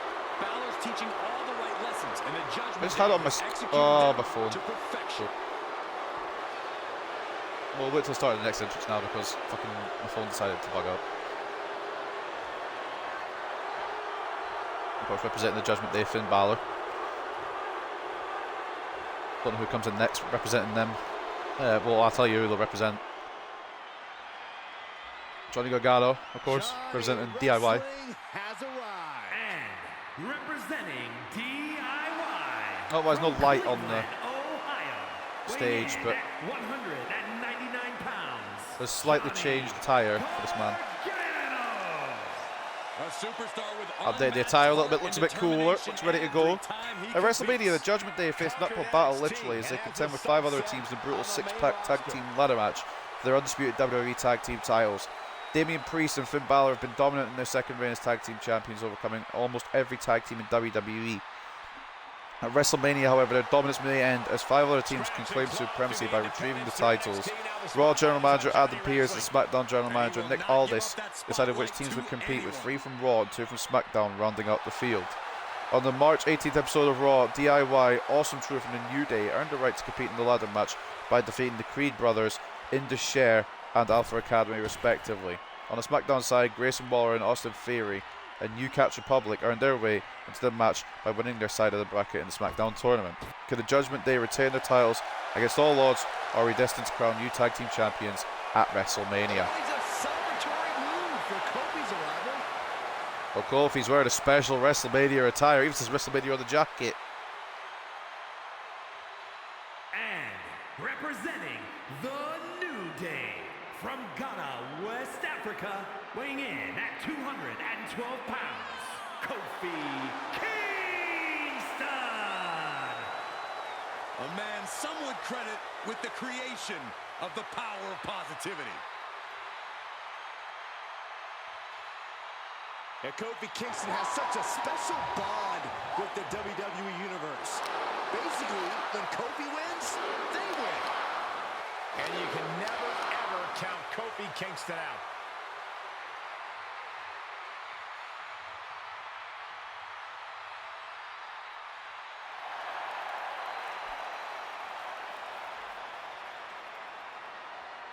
Kofi's had moments at WrestleMania, none bigger than WrestleMania 35, when he defeated Daniel Bryan to become the WWE Champion. Can New Day once again become tag team champions in this ladder match setting? So one more team to enter, and they're being represented by this man. He comes. I'm hoping they'll have an updated entrance for him. as the game progresses. But at the moment, England, weighing in at 205 pounds, P. Dunne. The WWE Universe already he's still reaching called a fever Butch, pitch so we upon downloaded their one called arrival, Pete and Dunne. we are just seconds away from a Looks exactly the same. anticipated match. Got the same entrance, he's got the same attire. Just an updated version. Of course, he is representing the New Catch Republic in this ladder match. Imagine what he could do with ladders, how gruesome the moves he could be with ladders. Putting someone's arm through a ladder and stomping on it or something like that would just be horrible, but sounds like something Butch would do. Now, while Butch makes his entrance, I'm going to get a drink.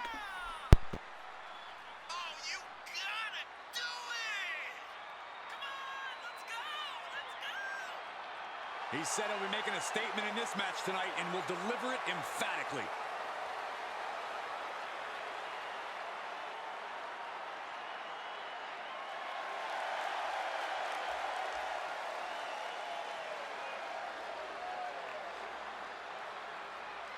Corey, walk us through the strategy these superstars should employ in this Money in the Bank ladder match. Oh shit. Kofi going straight after R-Truth. Remember when they were tag team champions all that time ago? Waller smartly going outside the ring instantly. I've got egg up for some reason. Gargano going after Truth. This is just going to be chaos. I don't even know how to win a ladder match on this game. I don't know if it's the same as last year, if it's different. Gargano takes down Truth as Balor, the first to introduce the ladder, just wants to get his tag titles and be out of here, which I don't blame him in this scenario. But Kofi with a DDT on the ladder. Now Truth is confused why there's a ladder in the ring, so he chucks it out.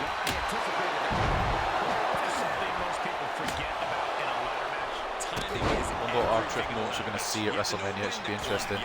Waller with a kendo stick. Truth sees it coming, and he's taking this weapon out as well.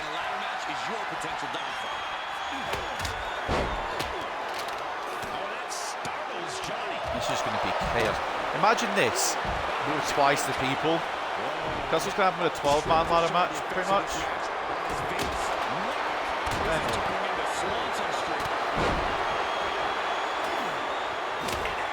Truth. Say fine if everyone's using one, I might as well use one.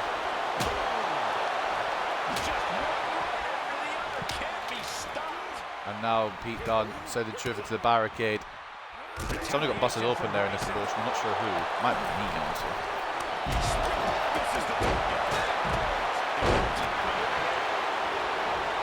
And of course, R-Truth had his own issues with Judgment Day, with the abuse and torment that Truth put through as part of the Judgment Day. They're looking to get the measure of revenge on Balor and Priest in this match. And there's a muscle buster to Balor I didn't know Truth could do.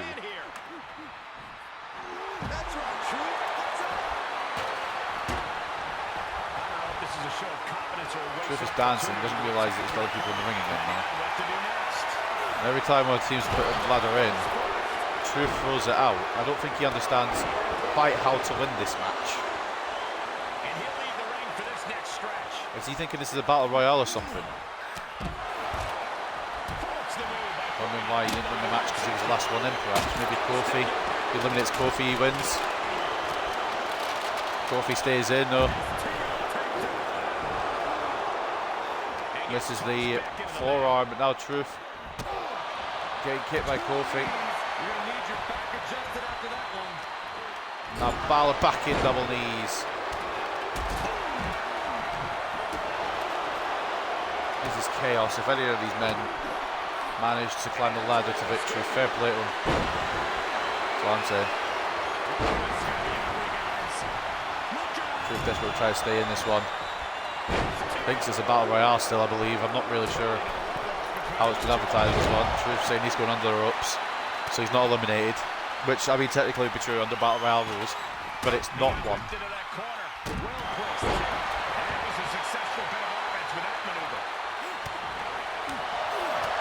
Truth once again taking the ladder out proceedings, going after Butch, just about catching up with him, but Balor with a right hand.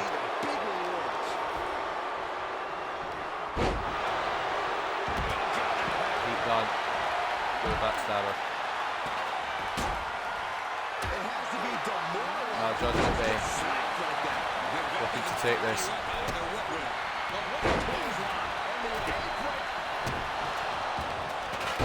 Keep on getting back in the ring.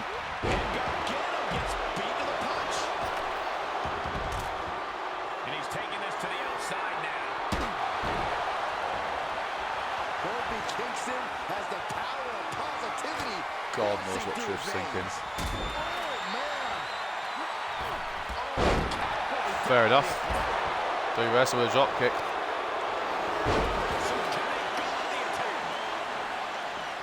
And Truth, where is he going?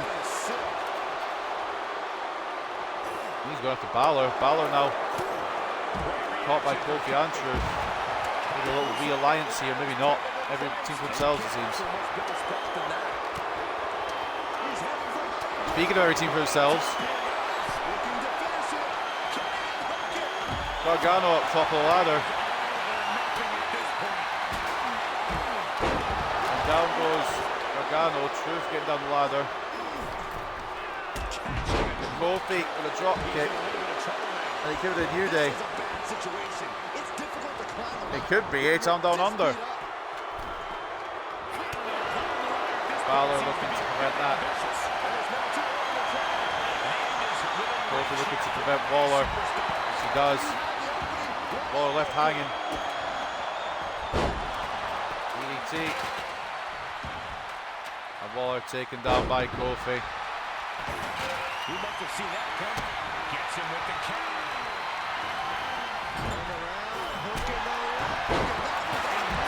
Goodness knows which one of these teams is going to win this match. I wouldn't mind any of them winning this match. They're all good teams. I just don't know which way it's going to go. Truth taking down Kofi. Waller with a ladder. Truth taking up Waller and ladder. And maybe find the front row then. Balor's seen his opportunity. Kofi back to his feet.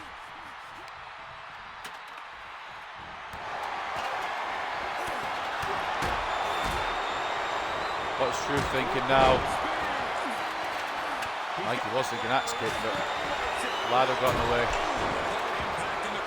And now Kofi climbing.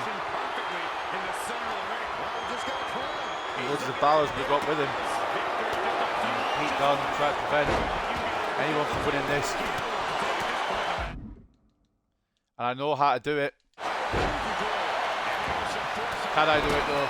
Kofi falling to the canvas. Waller with a sneaky drop kick on Truth. It's been all over the gaff. And I don't think it's going to stop being all over the gaff. Truth, DDT, down to Waller. Good potential, but he also took a ladder out of the ring.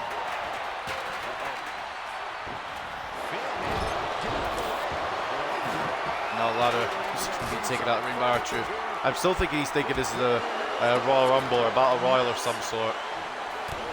And he eliminates Butch. Eliminates Pete Dunne, at least I think he has anyway. It took me a while to get used to the name Butch when they switched it at first. It's going to take me a while to get used to them changing it back as well. Kofi and Truth. Remember their tag team? I always think back to that tag team. It's such a weird one. It only lasted for a few months. It was such a good one as well. Now, Gargano looking to, I don't know, he's looking to deliver more punishment. Truth.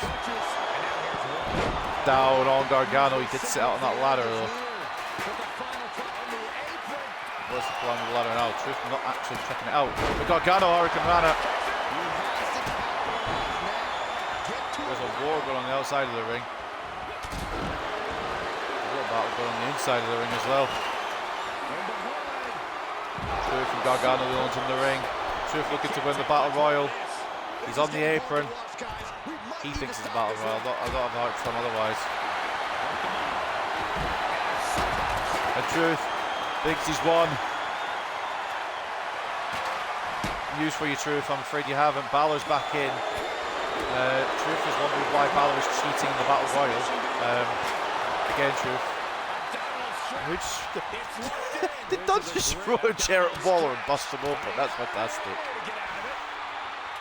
R-Truth, head scissors to get Balor away. And Truth's putting on a performance here, you know. I've got to give him credit. He's putting on a hell of a performance.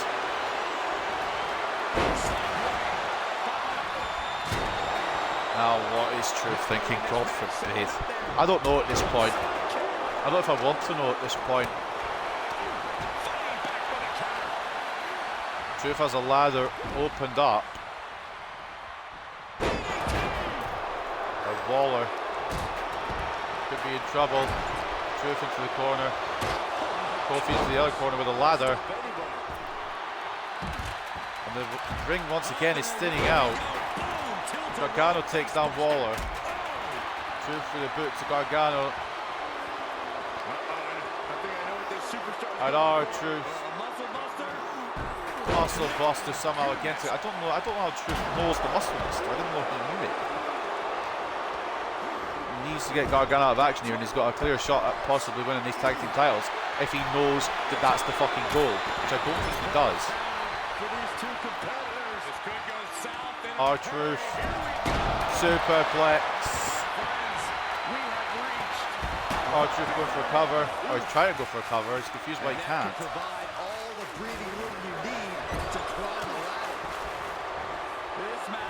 Kofi, Truth, done. Gargano all in. Waller re-entering. Now done to the outside. Truth to the outside. We're down to Waller, Kofi, and Gargano in the ring. Returning in is Balor with a drop kick as Waller tries to pick up the ladder and find a way to those tag team championships. At this point, I don't know which way it's going to go. Hard to predict. R-Truth, arm drag.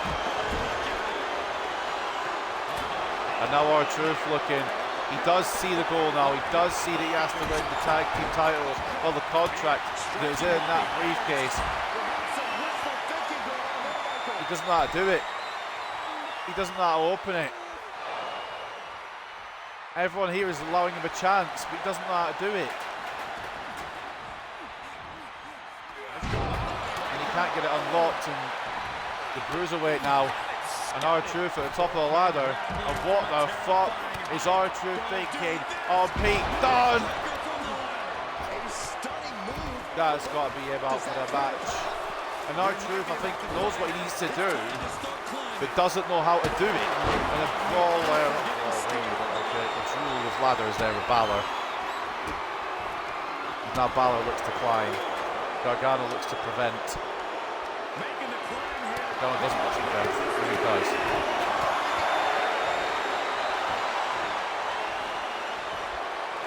Pete Dunne is back to his feet somehow. I've got to question how. Truth throws a ladder at Balor. Gargano gets one to the face. R-Truth is putting on a great performance, but he just doesn't know how to grab those tag team titles. Waller, DDT to Truth.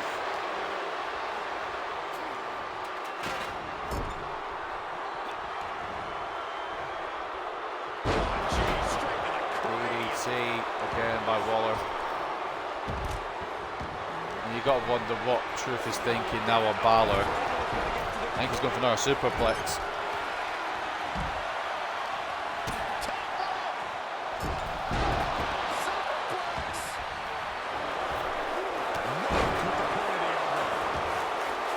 Where are we at now in this match?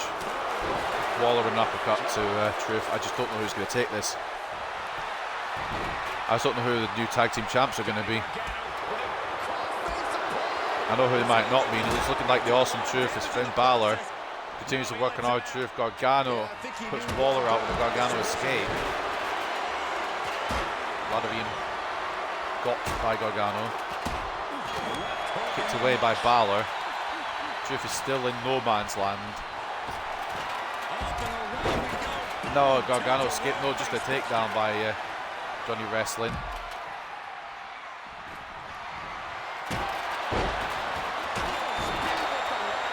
Truth taking out everyone with a ladder.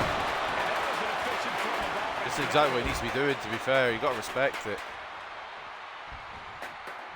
He was storyline perspective, it would make more sense having Priest actually in this match, but with that he could cash in kind of perspective, it probably makes more sense to have Finn in this one.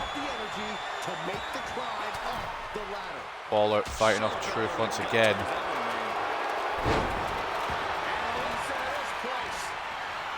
This is a cluster of a match, man. And out goes Truth. I don't know who's going to win this match. This has been chaotic. Heads out of the ring. What's next?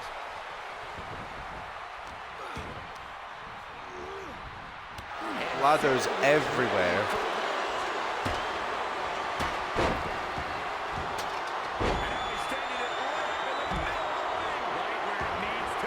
Now Waller looking to try and win it. Finn went for Truth rather than Waller. What is the plan there? Truth able to push the ladder away. Finn, what is your problem, fella? Sends Truth out again. He leaves the ring and there's no countouts in this one. I think Finn thinks this is personal with Truth now, because he seems to be going for Truth more than the fucking tag titles.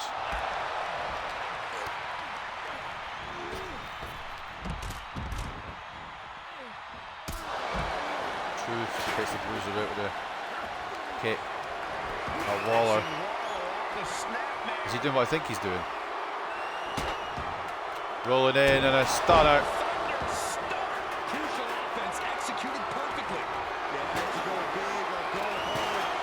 Do you know when you try to do something and then Pete Dunne thinks, haha, it's funny, let me hit me with a chair? And he'll leave the ring for this. You fucking get me. Taking this to the floor. Balor with a forearm now. I was wanting to put Balor for the ladder on the outside. I still might try it, but it would be so much easier had he been stunned.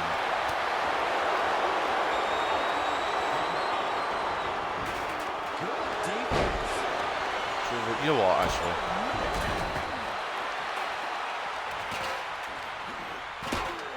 What's he thinking here, Byron? He's got him on that bridge from the top. Have that. Butch going through the ladder at the hands of Truth. First of all, he's been taken off the top of the ladder by R-Truth, then gets put through a ladder.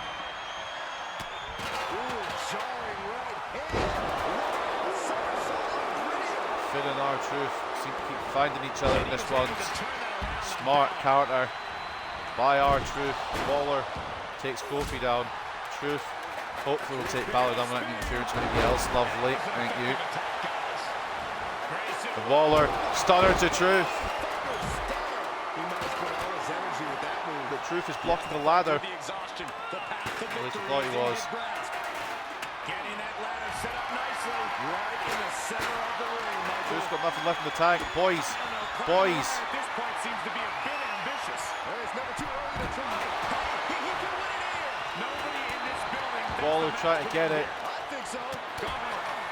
I think it was a concerted effort there to get Waller off the ladder, because now Truth has an opening. R-Truth could become the tag team champions with The Miz. I can't do this fucking ladder thing. There we go. Gargano, try to push it down.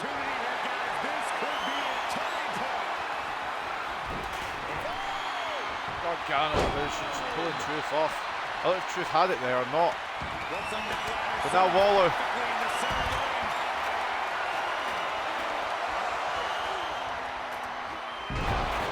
Keep on trying to pull it down. Gargano and Waller at the top of the ladder. Now DIY. Not going to get it. Pete down with a boot. This is just sneaking into the title at this point. I think that's exactly what R-Truth's going to try and do, but Waller sees him coming. It doesn't matter. R-Truth going to make the climb. Gargano and Dunne are too busy with themselves. Nobody else has realised that R-Truth is at the top of the ladder. Oh. What has happened? He ascended for a second. I think as he was about to grab the titles, the ladder got taken down. R-Truth ascends to the rafters. Kofi with a chair. Oh, fucking hell. Line detected by Waller. And now Kofi onto nailing onto the ladder with a suplex. Not quite, unfortunately. I thought it was. This has been chaotic. I thought just for a second there the awesome Truth had the titles, but no. Fingertips away. Now it could be DIY. It might not be DIY actually because Truth is in. Gargano reversing R-Truth. Rolling through. Shining Wizard. We're down to A-Town down under. DIY. In comes the New Catch Republic representative. The Gargano escape. Pete Dunne throws the chair at R-Truth. He's like, ah, fuck it. You've done so much to me this match, man. I'm going to do something to you. R-Truth in trouble. In big trouble. Oh, fucking hell. Better end, I should say. On the ladder. Truth might be out. And then we've got Dunne. He's gone through so much before. He might be out.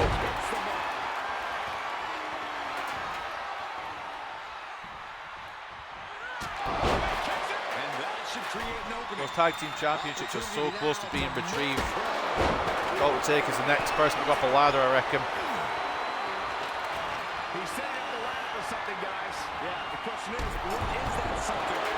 Truth takes Balor out while he can.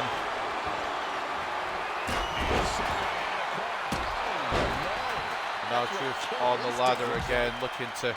I don't know what he's looking to do at this point, to be honest with you. I don't know what it's going to take for any of these 6 teams to win this ladder match.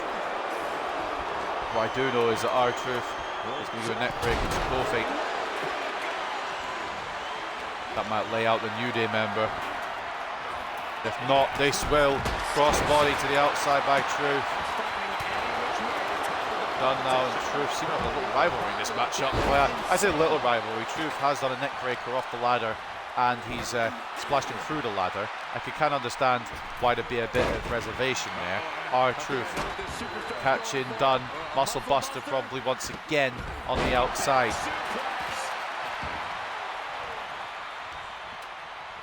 Oh, this is just disrespectful.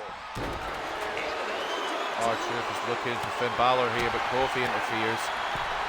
Thought we were friends, Kofi, mate. German suplex on the ladder. That's not a friendship sign. That's an enemy sign. Pete Dunne and R-Truth destined to do this forever. Changes his mind and goes towards Balor, who has the ladder. Potentially a chance of winning the tag team championships here. Not going to happen just yet.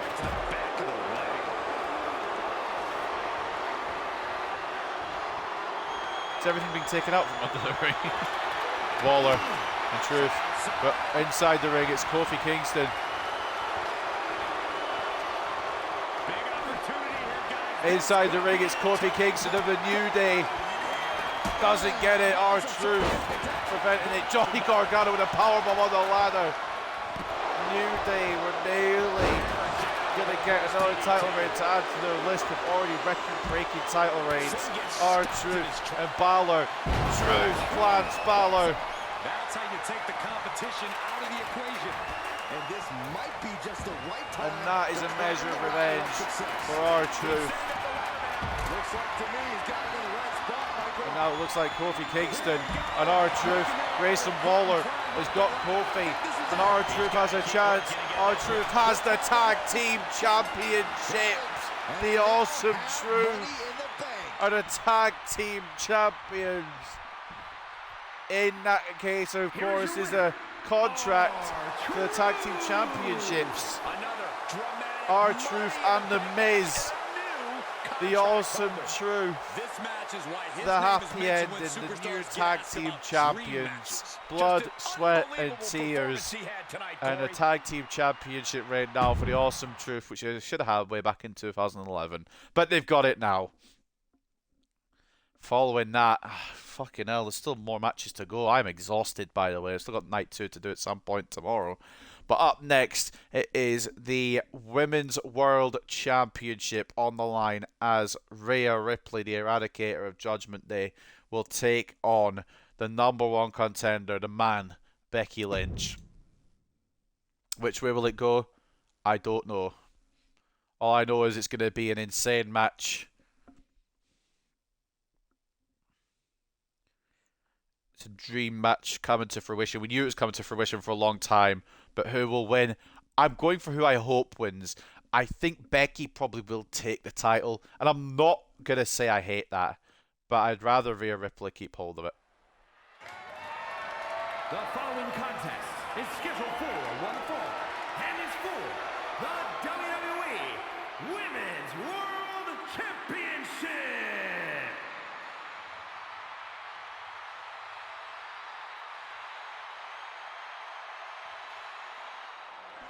Here comes the challenger. Here comes the man. The man has arrived. And the WWE Here comes Becky Lynch. I don't think it's done a custom attire. It's come on. It hasn't. Even though I specifically said it to. But that's okay.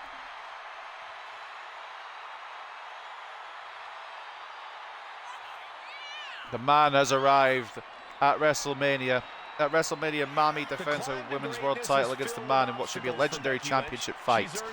Becky Lynch has had her eye on the title holder for some time now, and she finally has a chance to face her one-on-one.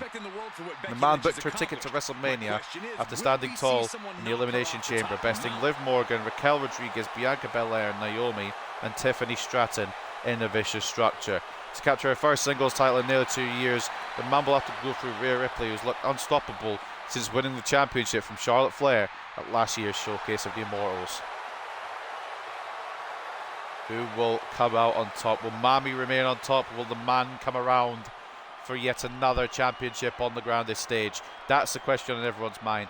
The answer is, we don't bloody know, mate.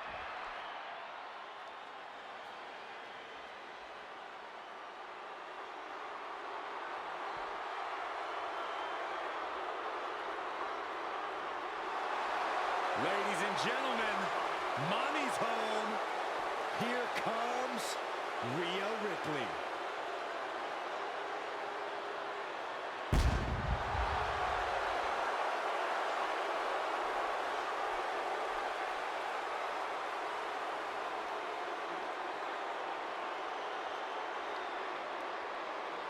Women's champion, women's world champion, I should say, has arrived. Again, I don't know why the stage is so dark, but it is.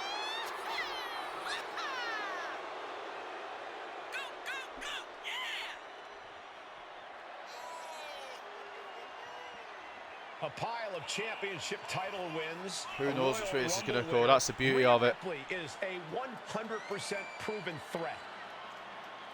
No questioning that. You talk about nightmare opponents. Rhea Ripley is the living embodiment of that concept.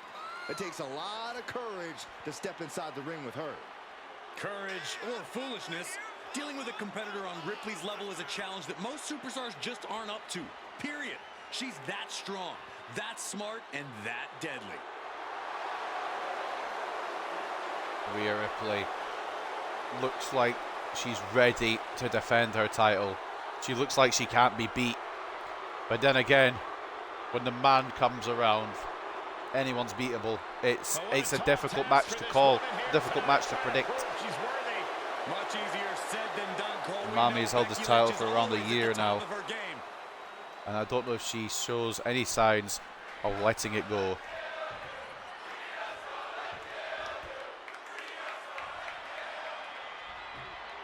The crowd here at WrestleMania chanting that Rhea's going to kill you. They might not be far off. Introducing the challenger from Dublin, Ireland, Becky Lynch.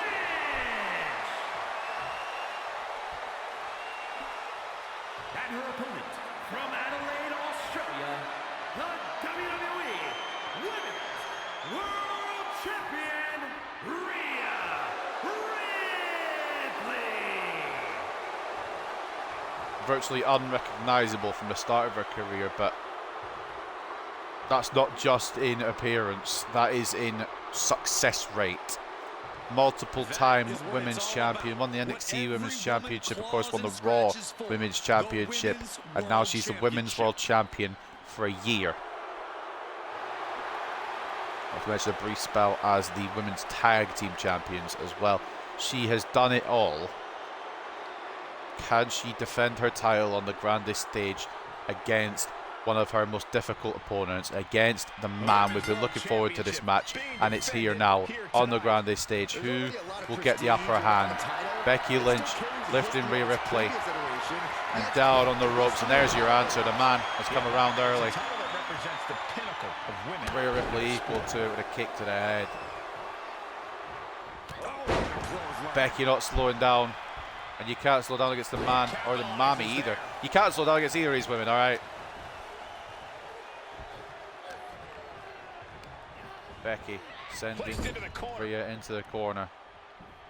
And now what is Becky thinking? To the outside already, fair enough. Oh, Jesus Christ. A knee. And it's a leg drop. It is. Rhea Ripley to the outside. And Becky taking this outside early. Might feel that this is what she needs to do. Swing in. No, not a swinging net breaker. Inverted DDT. I thought it was a swing net breaker. What I do know is that Ripley is in trouble early. You don't usually see this from the Women's World Champion. She's driven into the stairs. And Becky has taken the assault to the Women's World Champion instantly in this one. And it's not, like I said, where you'd usually see Mami in this one. She's usually on top, but she, at the moment, has not been on top in this one. As Becky Lynch continues the pain, continues the punishment. But Rhea Ripley finds a way out there out the back door. Becky Lynch with a shot to the abdomen. That will get you back into the match, I suppose. Ripley counters and a big boot, and that will open up proceedings now. But Ripley getting a little too confident early on, and Becky sends Ripley into the corner. Ripley avoids. Becky looking for the exploder. And it is going to, like I said, it's going to be one of those where it takes a shit ton for one of these women to actually win the match. But one of these women will win the match at some point, you would have to expect. Cover now by Becky. The referee doesn't see the ropes again. We need new referees, man, because that happened in the Gunther match. No love lost between Lynch and her opponent.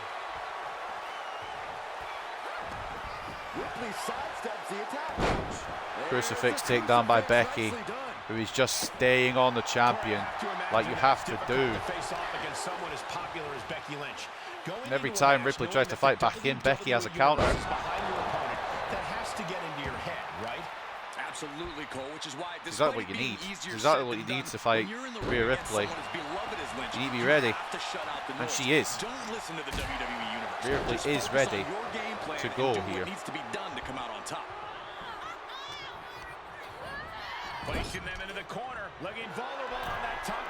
Rhea Ripley this might be a game changer. This might be the moment.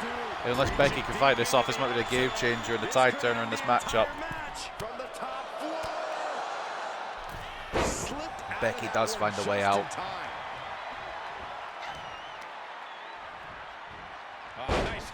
Takedown from the man, looking to work on that arm.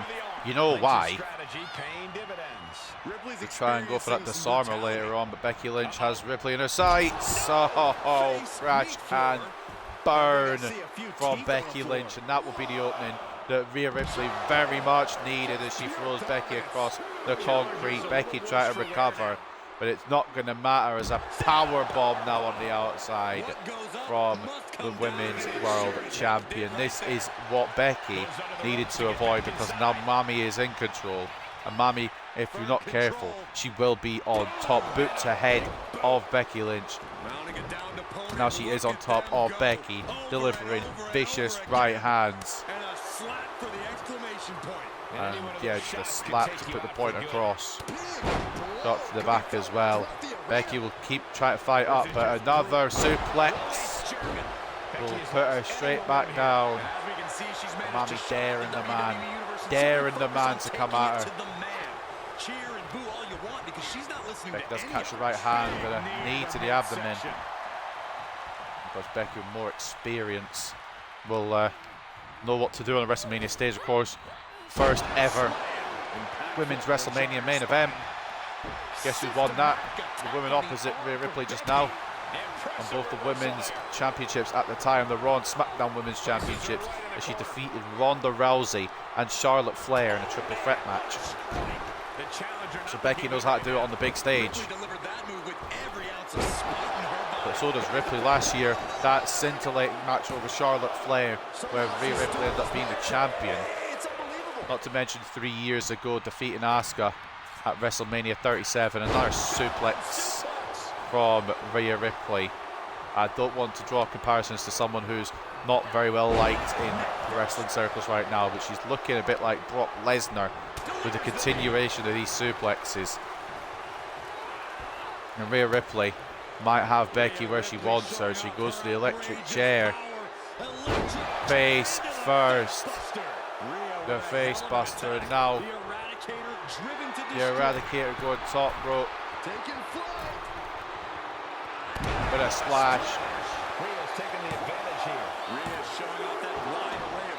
Becky gets her shoulder up. Pressure must be kept on. And it's not going to be that easy to put Becky Lynch away. You should know that, Rhea. Just for clarification, just to tell you firsthand, it's not going to be that easy. Down goes Becky again. But I think that electric chair will have changed the pace of this match, changed the momentum of this match, and changed Ripley's chances. She's up on that top turnbuckle. She sits Becky Lynch up top. And what on earth? Becky with a counter.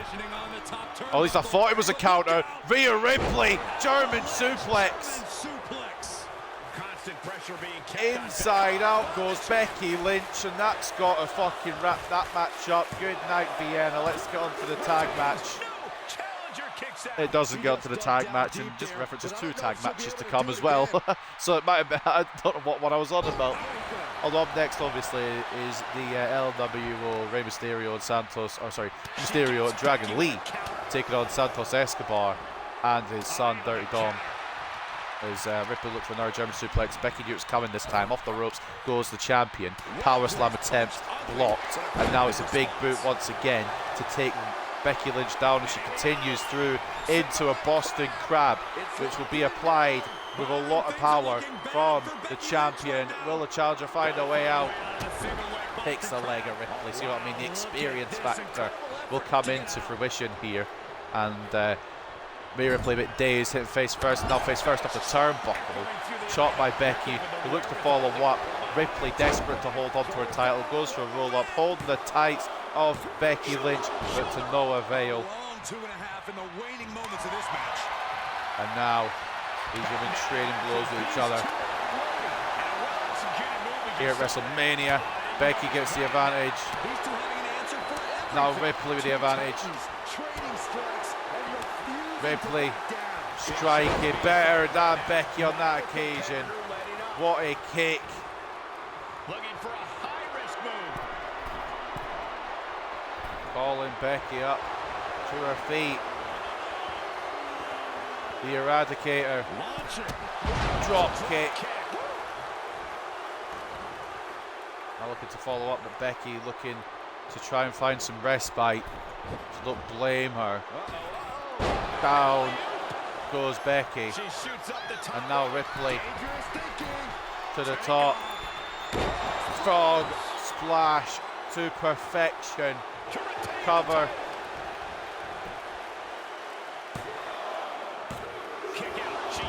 Becky stays in it again. And now Rhea Ripley looking to find the answer. Riptide, counter, but ends Enziguri. Only faces Becky Lynch a little bit, but another kick blocked by the man. When you're this far into a match, you are surviving. Right-handed up, choking Ripley out with the use of the ropes. This is all about survival at this point. I think Becky was looking manhandle slam. Ripley knew it was coming. Roll up.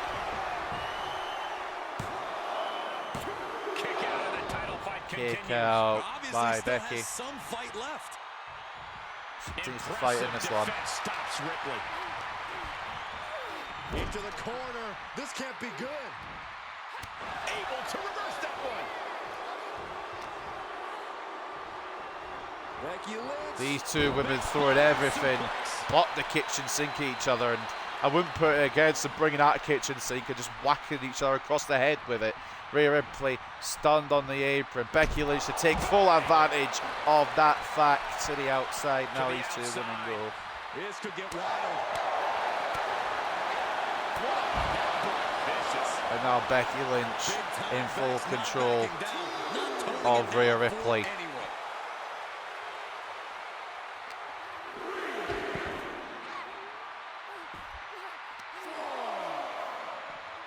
Reversal by Ripley. Well scouted.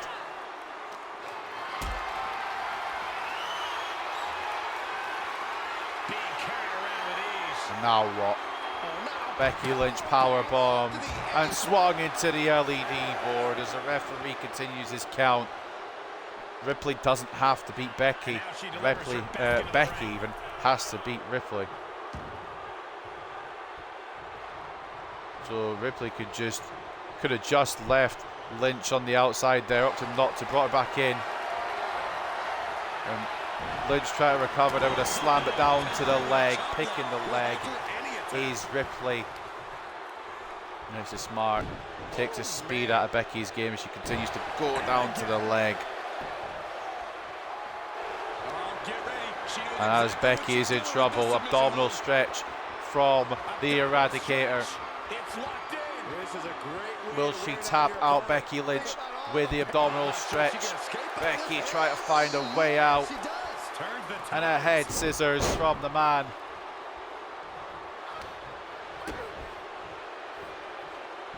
Double arm suplex.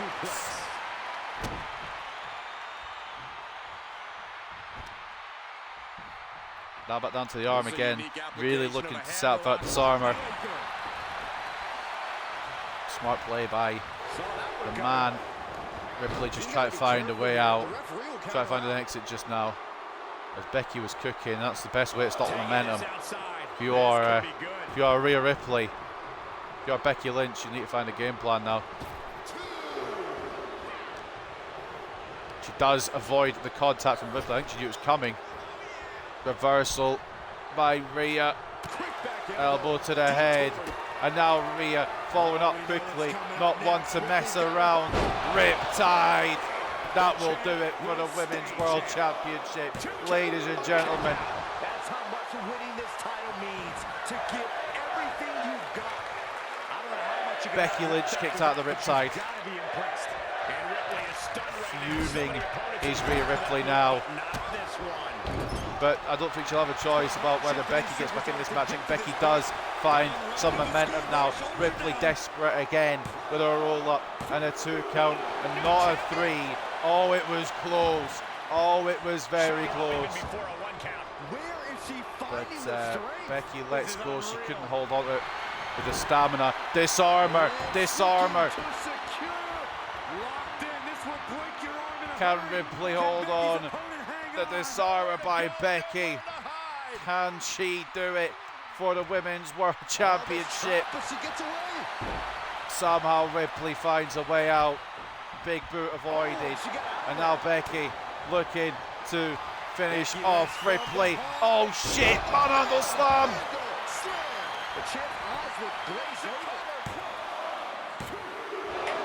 And somehow Ripley stays in it. The manhandle slam and disarmer. Becky just hit her home run shots. With the outcome of that pin count, she thought she had it.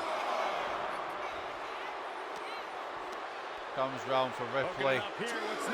And I think she's going to, like I said, she's going to do a lot more. Both women exhausted each other in this matchup for the Women's World Championship. Who will come out on top? Will it be Mami, who you would expect because she's always on top? Or will it be Becky Lynch, who you wouldn't expect? Maybe you would expect. But still, she doesn't always proclaim to come out on top. Drop it to the side of her head. Ripley, desperate to hold on to her title. Even if it has to be by count out. Referee demanding that Becky gets back in. I think Ripley knows that Becky was going to make the count, goes to try and strike her, but Becky sends Ripley into the barricade. Again, though, Ripley refines some confidence, refines her focus, and will find a way to surely beat up Becky a bit more. Barricade is the target, down into it, just driving her against the barricade. Thrown out of ringside and back to the mat.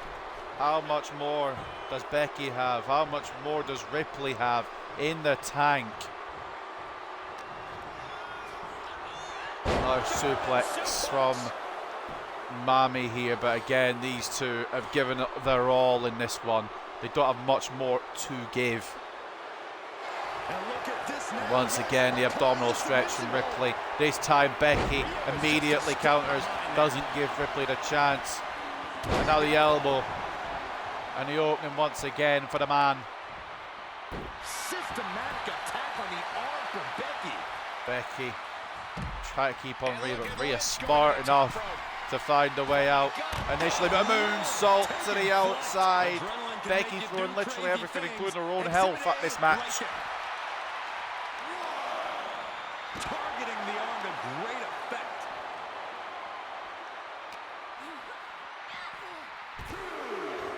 Barricade again for Ripley. Remember, Becky has to pin or submit Rhea Ripley. She's breaking the count there because she does know that rule. Double underhook into an armbar. It doesn't count if it happens on the outside, but you've got to respect the attempt here. Can Becky, I know it won't count for the title, but can Becky make Ripley tap out? She fights her way out of the armbar. Ripley refusing on that occasion. And now it's Ripley who fights out once again. And what is she thinking? Power bombing Becky into the bloody post, man. And that's going to do it. Count to 10, referee. The match is over. Rhea Ripley knows it. Becky Lynch knows it. How is Becky back on her feet? Both women colliding there, but you can tell the fatigue from both, especially Lynch. But she's going for another manhandle slam!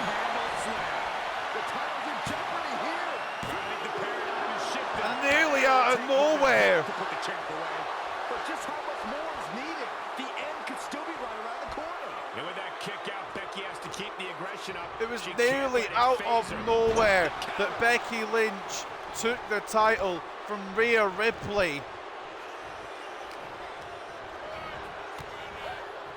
It looked as if there was no hope for Becky, but the manhandle slam and now disarmer.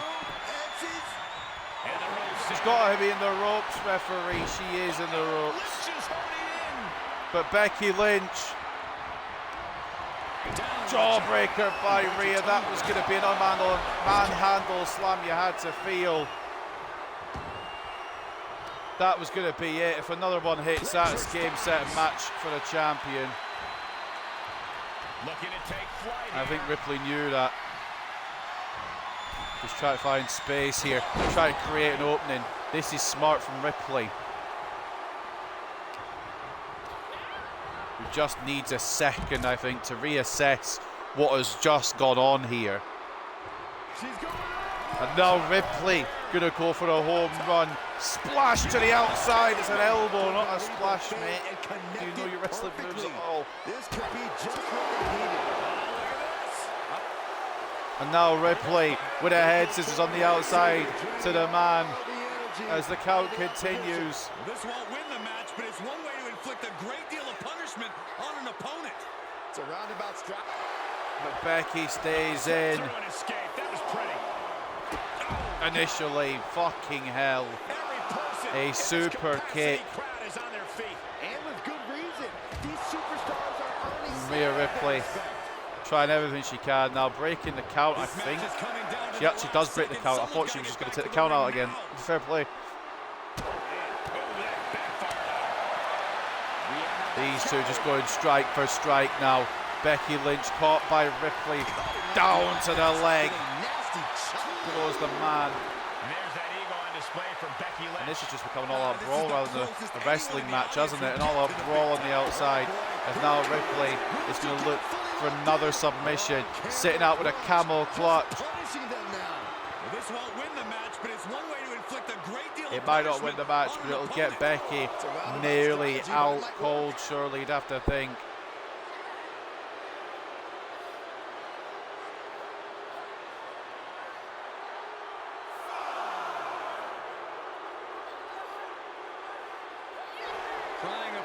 Becky still with something left to give.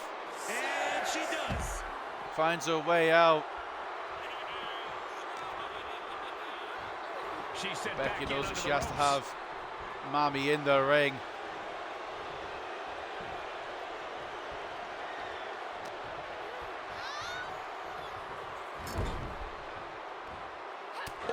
Into the corner, but a smart elbow from Ripley. Smart answer from Becky. Ripley catches the leg, and now Ripley, she's going to go for it again. On Lynch, Riptide. Another one bites the dust to the champ. Cover. Shoulders down. No, she kicks And out. again, Lynch. Somehow, this title is still up for grabs. Now might be a good time to regroup. Rethink your plan. And there is a look of Ripley utter shock covering is the in face of Rhea absolute Ripley after that disbelief. And Lynch tried it, but One response after another. He saw it Back and coming. forth we go. Drops the hammer. But Lynch now back in control once again. She saw that one coming. Knew what was coming Reversal by Rhea Ripley once again. there. Oh, in return Just for firing all the shots she can at her opponent. Get under the ropes. Becky's looking to go airborne.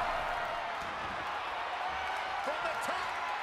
Big miss. Elbow avoided by Rhea Ripley. From these competitors. The man with those boots to the gut.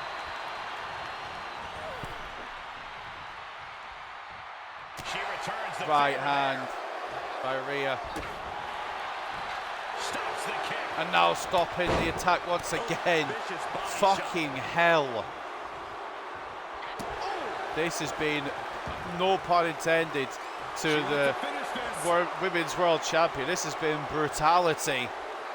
And Rhea Ripley, the Eradicator, With her opponent up on her shoulders. Electric chair. takes Becky down again.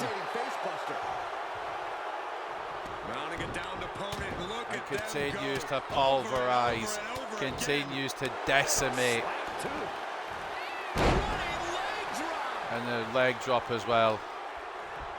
Christ almighty. The Eradicator isn't messing around anymore. I don't think she was ever to begin with. But Rhea Ripley could be on the verge. Oh, she did this against Charlotte to win last year at WrestleMania. She's going to try it again on Becky. Avalanche Riptide. And that surely has to do it. What a war over the Women's World Championship. There was moments there where Becky had it in her grasp. But somehow, some way, Mami stays on top. Rhea Ripley retains the Women's World Championship. What a fucking match.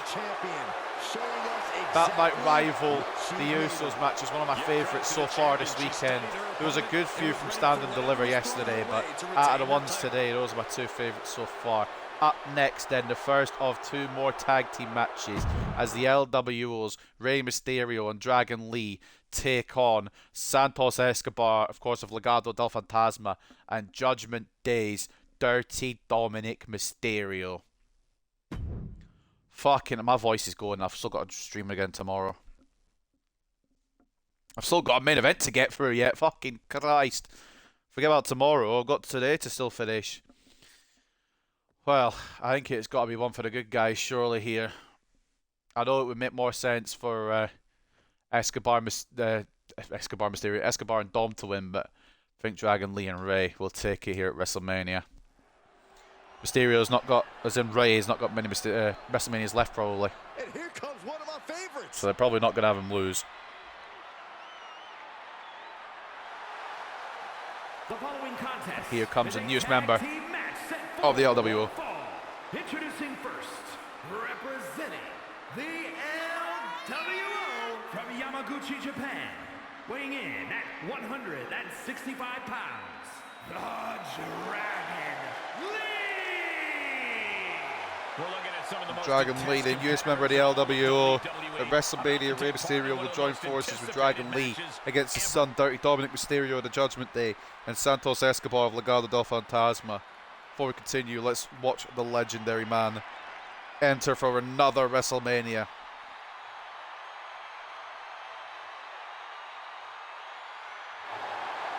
The living Lucha Libre legend is here. A man who has done it all in WWE. The leader of the LWO, Rey Mysterio, has arrived. And his partner, representing the LWO from San Diego, California, weighing in at 175 pounds, Rey Mysterio! When Rey overcame Dirty Dom at WrestleMania 39, he thought he was finally done with their in-ring conflict. It wasn't long before a new rival emerged when Escobar of the LWO viciously assaulted his mentor and unleashed a brutal surprise attack that injured the WWE Hall of Famer and caused him to miss significant time. And here comes the man who perpetrated that attack. He's mocking the LWO here. The Legado World Order. The dangerous Santos Escobar. But here comes Santos Escobar mocking the LWO that he used to be a part of.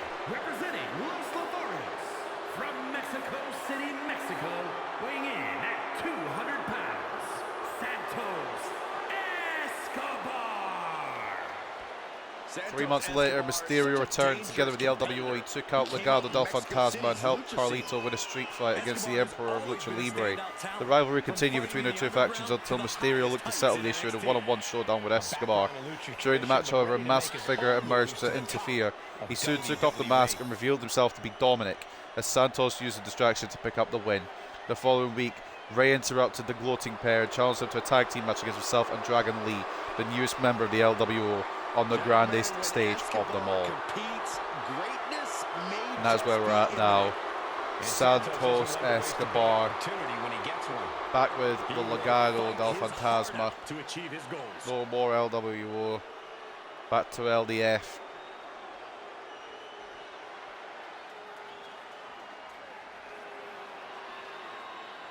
Dirty Dom is on the loose. On the loose. I'm pretty sure he's a free man.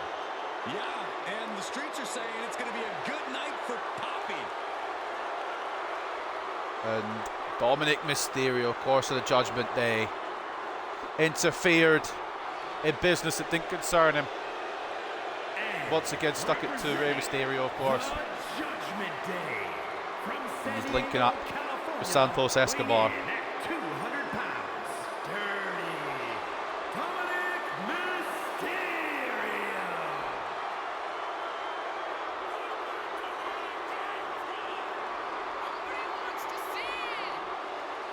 Plenty of people are jealous of Dom's street cred, but he never lets the naysayers get him down. In fact, it only makes him that much more dangerous. A lot of delusion fueling this young man for sure. So quickly get my phone charger while he makes his entrance.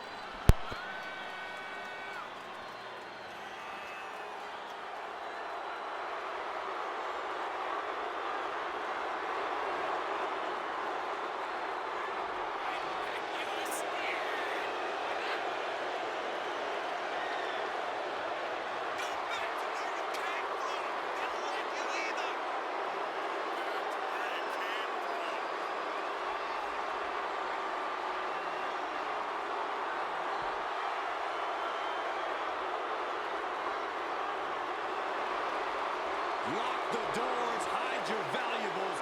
Dirty Dom isn't holding anything back tonight. Dominic Mysterio taking it all in at his second, well, actually his third WrestleMania. The second time he's gone against his dad.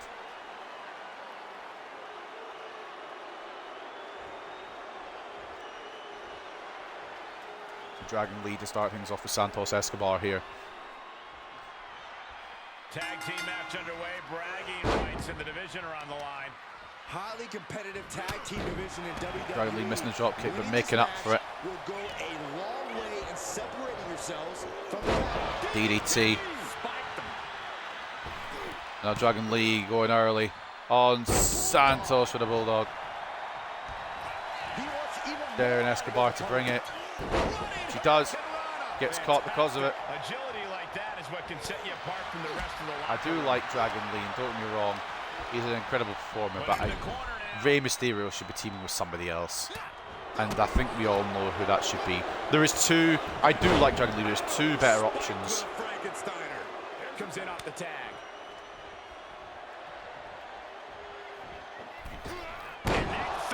Dominic misses as he comes in against Dragon Lee. Guarantee won't want to face his dad though. You guarantee that. Dragon Lee supposed to make a tag to Rey, and that's father versus son. Oh, he does come in against his dad. Takes a cheap shot there as he was talking to Dragon Lee. Now Mysterio fighting back. Saw this match last year at WrestleMania, of course, father versus son, and father was victorious.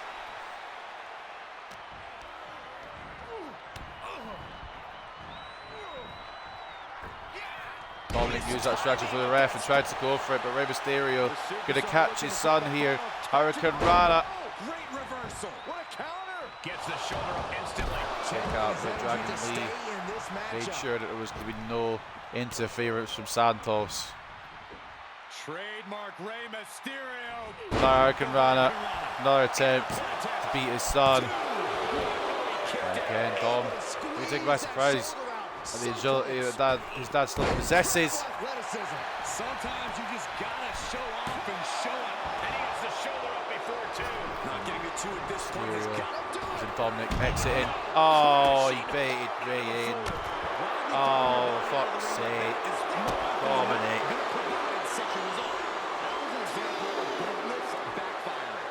There's a reason they call him Dirty Dom. Saying, who's this? He made you, mate. Don't you worry. Literally, he made you. Just rapid stops. The stomp in every single part of his body. You can feel the resentment building with each stop there. Whip back Dominic into the ring. throwing his dad back into the ring after taking the advantage off that missed dive. Dragon Lee coming back in. Dominic can get back in time, and now Dragon Lee catches Dirty Dom. Some might call that showing off, but what a display. What a way to flaunt your abilities. Dragon Lee trying to get first blood against Escobar. It didn't work, unfortunately.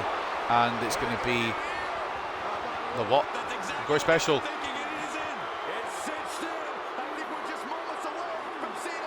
Glory special on Dragon Lee.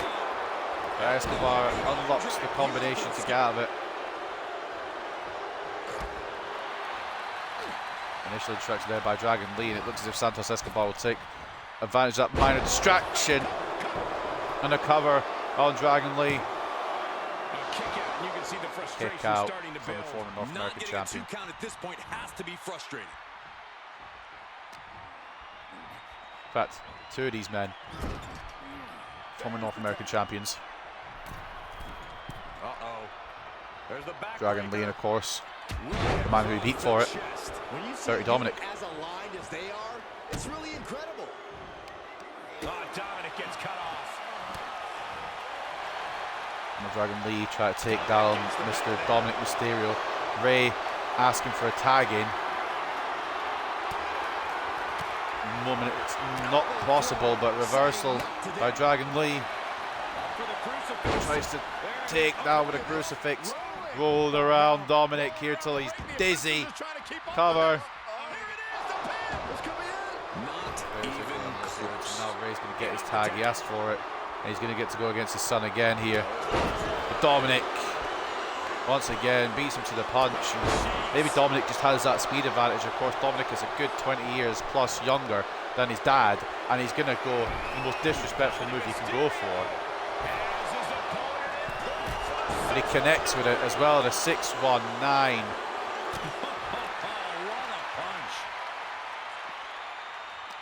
Dragon Lee giving Dom a bit of disrespect that he's giving everybody else. Throws him back in to take on his son, who, well, Ray, I mean, now is recovered. And again, go for that Hurricane Rana again, this time in his corner. Santos Escobar won't be able to reach to a count though. But this Dominic Mysterio might be even more dangerous than last year's WrestleMania version because he's faster, he's meaner, he's better all round. Rey Mysterio, as much as I love the man, will have only slowed down in the past year, as Dominic Mysterio will have sped up. Dominic making a tag to Escobar, who does want a piece of Mysterio himself, and will get that piece of Mysterio if he can get past Mysterio here. Hurricane Rana, which Escobar does counter, and now it's Santos, who again be another one that's quicker, slightly older of course than Dominic. I think he's around, which is crazy enough to think, I didn't know he was actually his age, around 40, Santos Escobar. I didn't know that, but he is. And now Escobar, oh, this is a problem now for the older Mysterio, as Escobar and Dominic look to tag team Ray here. Off the top, vicious tackle. This is what the purpose of a tag team is. Don't be afraid to use the And choking him out before covering him, and that's probably going to do it. 2 count on Ray, though actually it won't do it because he's Rey Mysterio, and he's going to roll up his son and try to steal it for the LWO here. 2 count kick out for Rey Mysterio and Dominic here. And Ray's going to try and keep on the offense. DDT. Cover as well, offset DDT. Mysterio does not get his son on that one. What do the LWO have in their arsenal? Rey Mysterio, he's going to look for Hurricane Rana. I think Dragon Lee's going to look for the power bomb. It's exactly what it is, and it's going to be probably it for this matchup. That was a beautiful combination, and Dominic Mysterio does kick out again, but beautiful combination from the LWO as Dominic Mysterio looks to find some respite on the outside. Not for long though, as Dragon Lee follows up, and now Ray back in. Through to his son, but Dominic avoids it. A brutal impact after taking a gigantic Dominic taking his frustrations out on Dragon Lee. The three amigos. The disrespect that Rey Mysterio is watching his son do here. As he watched, I think he was aiming for Dominic, accidentally caught his tag team partner. Around the world and back again. Hurricane Rana. Beautiful takedown by Mysterio. Could be a count out here. No way. Oh, Ken. Dominic, I think he's actually putting Dragon Lee in harm's way. Rey Mysterio trying to keep his son away. This has turned into a mess on the outside. Twice now, Mysterio has hit Dragon Lee. I don't know if it was I'm presuming it wasn't intentional. I'd like to think it wasn't intentional, but you just don't know because of all the chaos that was going around. I'm presuming it wasn't though because he's Rey Mysterio. Why would it be intentional in his own tag team partners? Dominic kicks out at 2 of a drop kick there. And Dragon Lee jumping off the apron now. I think Mysterio's looking for a tag. And I think Dragon Lee unhappy with what has occurred here. I think he knows it wasn't intentional, but does need some recovery time. Now Rey Mysterio going to look to do the original on his son here. The 619 being lined up from Ray. Will it connect? It does. And now Rey Mysterio looking to go top rope to finish off his son once again at a WrestleMania. Frog splash. Dominic avoids it.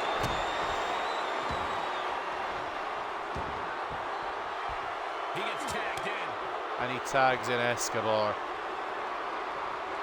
Escobar has set his target. And now Escobar looking for that phantom driver on Mysterio. And Dragon Lee maybe a little late on it, but did get it eventually.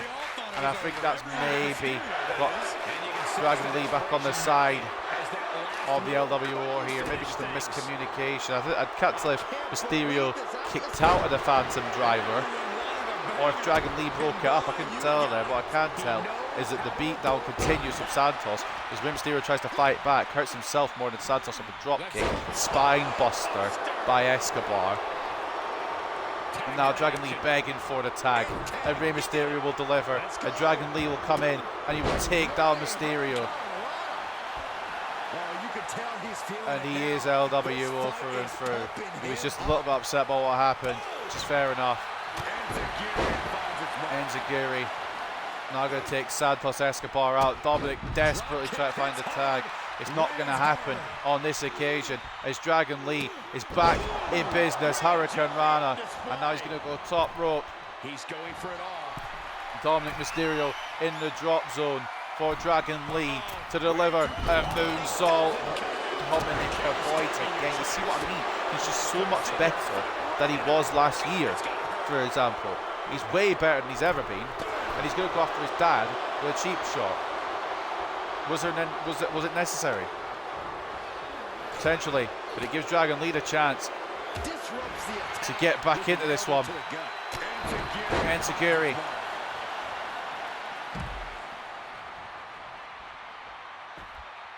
Dom gets up. Dragon Lee thinking about it, fakes it out. Dominic reversal on Dragon Lee as he looks for the uppercut, avoids contact with Dragon Lee. Enziguri to Dominic. This has been fast-paced, exciting as it comes. And with a little bit of doubt there by Dragon Lee. The doubt seems to have gone now. It seems like they're working together once again, which is good. DDT to Dominic. Cover in the corner of the LWO. Kick out by Dominic again, who is, again, on a madness. One of the strongest wrestlers in the WWE right now. Pure character alone. Face buster. And this is what Mysterio's been waiting for a while now. Obviously he got it at last year's WrestleMania, but he wants to beat up Mysterio, beat up his son again, which is mad to think about when you think about it. But what Dominic has done to Rey, he deserves this. And Rey Mysterio, Hurricane Rana.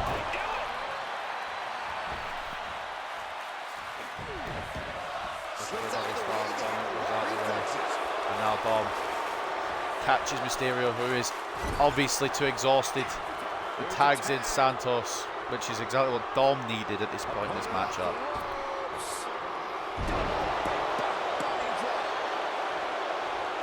Rey now. Oh, cheap shot to Dragon Lee.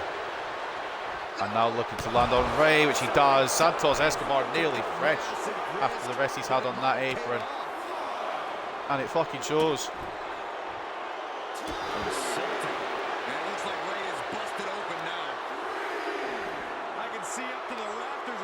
Rey Mysterio could get counted out here along with Santos Escobar. I don't think Escobar cares. Maybe he does a little bit. He wants to pin the legendary man. Dragon Lee distracting Escobar here. There's enough time for Rey to find his way back into this one. And in comes Dragon Lee.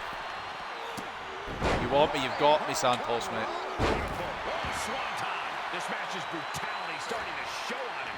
Yeah, they've stuck it out for this match. DDT, and now Dragon Lee is here. Escobar wanted Dragon Lee. Escobar gets him, and now Dominic back in.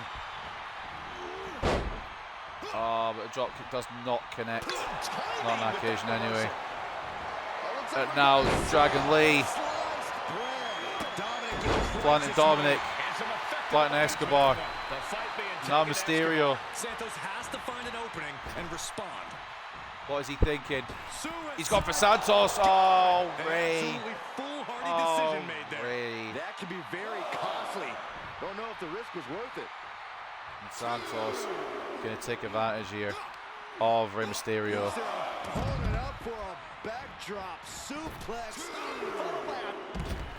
Dragon Lee takes Dominic out, and it's a whole rigmarole now out here at the announce tables.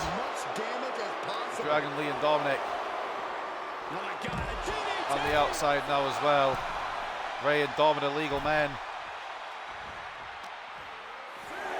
And he throws the opposition back into the ring. In goes Rey, in goes Dom. And Ray's come out that brawl better than what his son did. Oh, no, right to the arm. Hyperextend your elbow. This is, well, I would say personal, but obviously it's personal. It's father and son. How can it not be? Dominic. Super kick to the gut of Mysterio.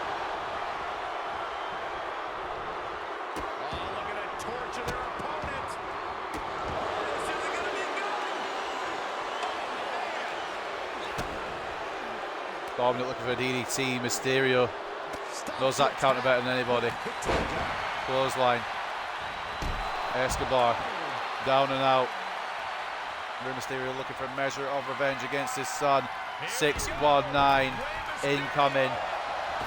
Hopefully to connect. It does.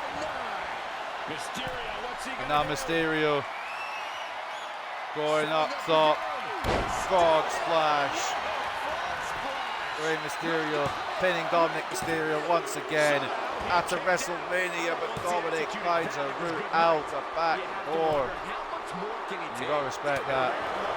And Escobar with a cheap shot now. And Dominic getting back to his feet.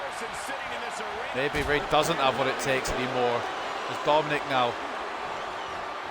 And taking back into the corner with Santos again. I genuinely thought Mysterio pinned his son again, but not to be. Now it's a gory special, locked in on Rey. Will Santos make the great Rey Mysterio tap out? Dominic standing on business just in case. With reversal. Drop kick, not enough on it to take Escobar down.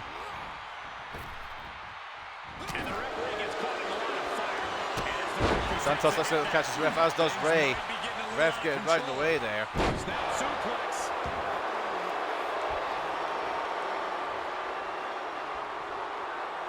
Looks like Escobar and Dirty Dom will take advantage of this.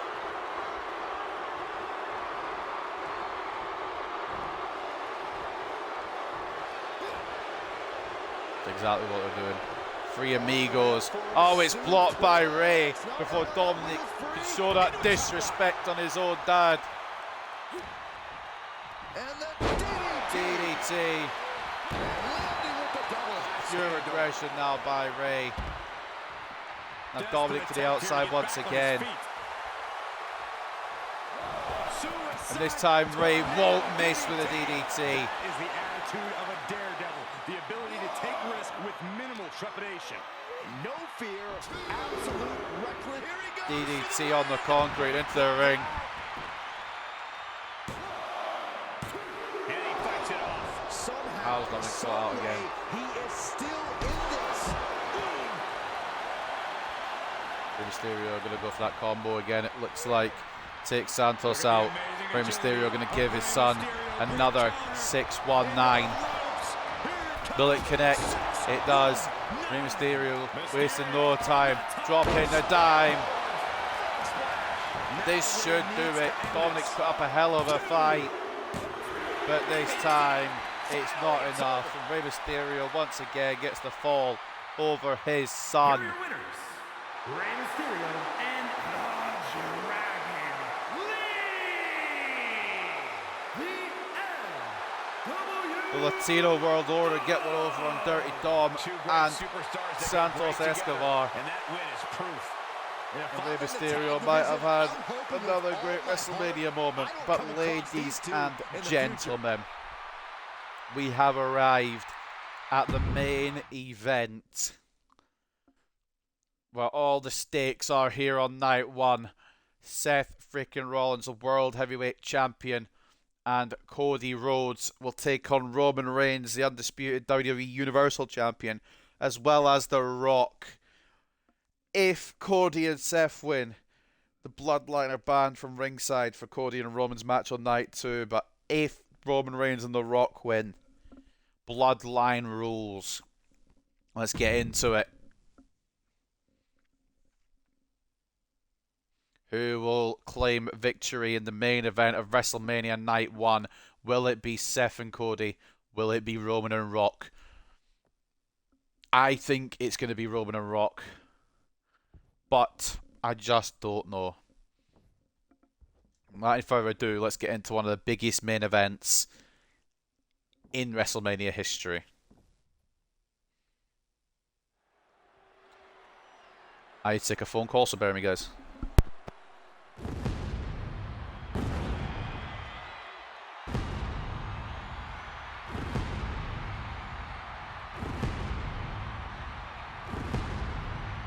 A chorus has broken out for Seth freaking Rollins.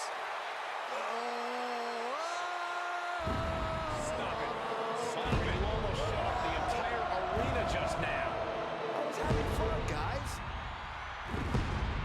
The following is a tag team match set for one fall. Introducing first, from Davenport, Iowa, weighing in at 217 pounds, the World Heavyweight Champion, Seth freaking Rollins. Seth Rollins is one of the elite superstars in WWE, and the list of competitors he's put down reads like a who's who of future Hall of Famers. If we know one thing about the Visionary, it's that he's always down for some action. Rollins doesn't take a back seat to anyone. Rollins enters the ring like a principal conductor about to lead an orchestra. And just like he controls this crowd, Rollins knows exactly what he's doing and can play his opponents like a finely tuned instrument.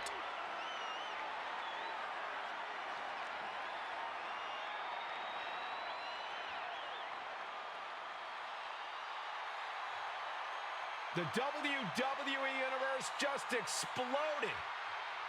The American Nightmare, Cody Rhodes, looks as ready as ever for action tonight.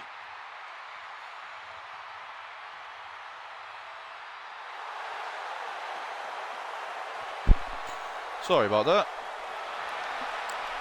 I had a phone call I had to take. But here come, we already saw the World Heavyweight Champions entrance, Seth Rollins, of course. And now we've got the American Nightmares. Stay quiet for the wall.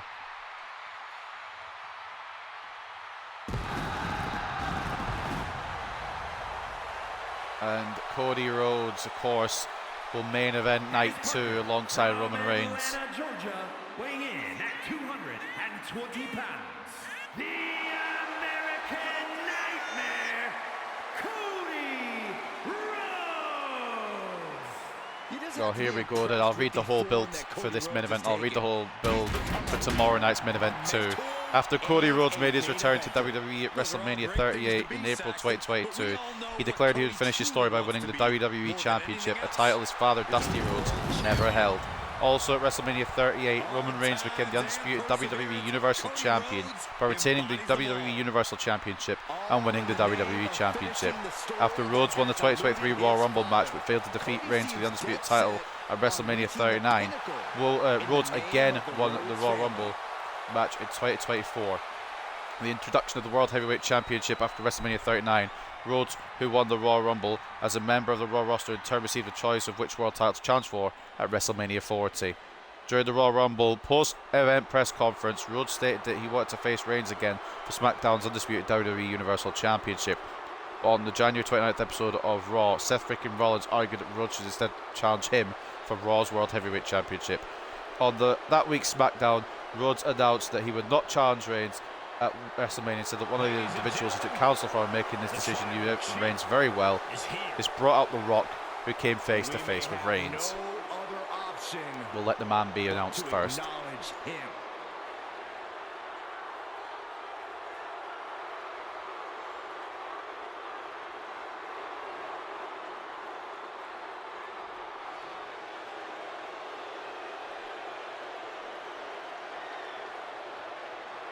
Is he getting announced? Can I continue?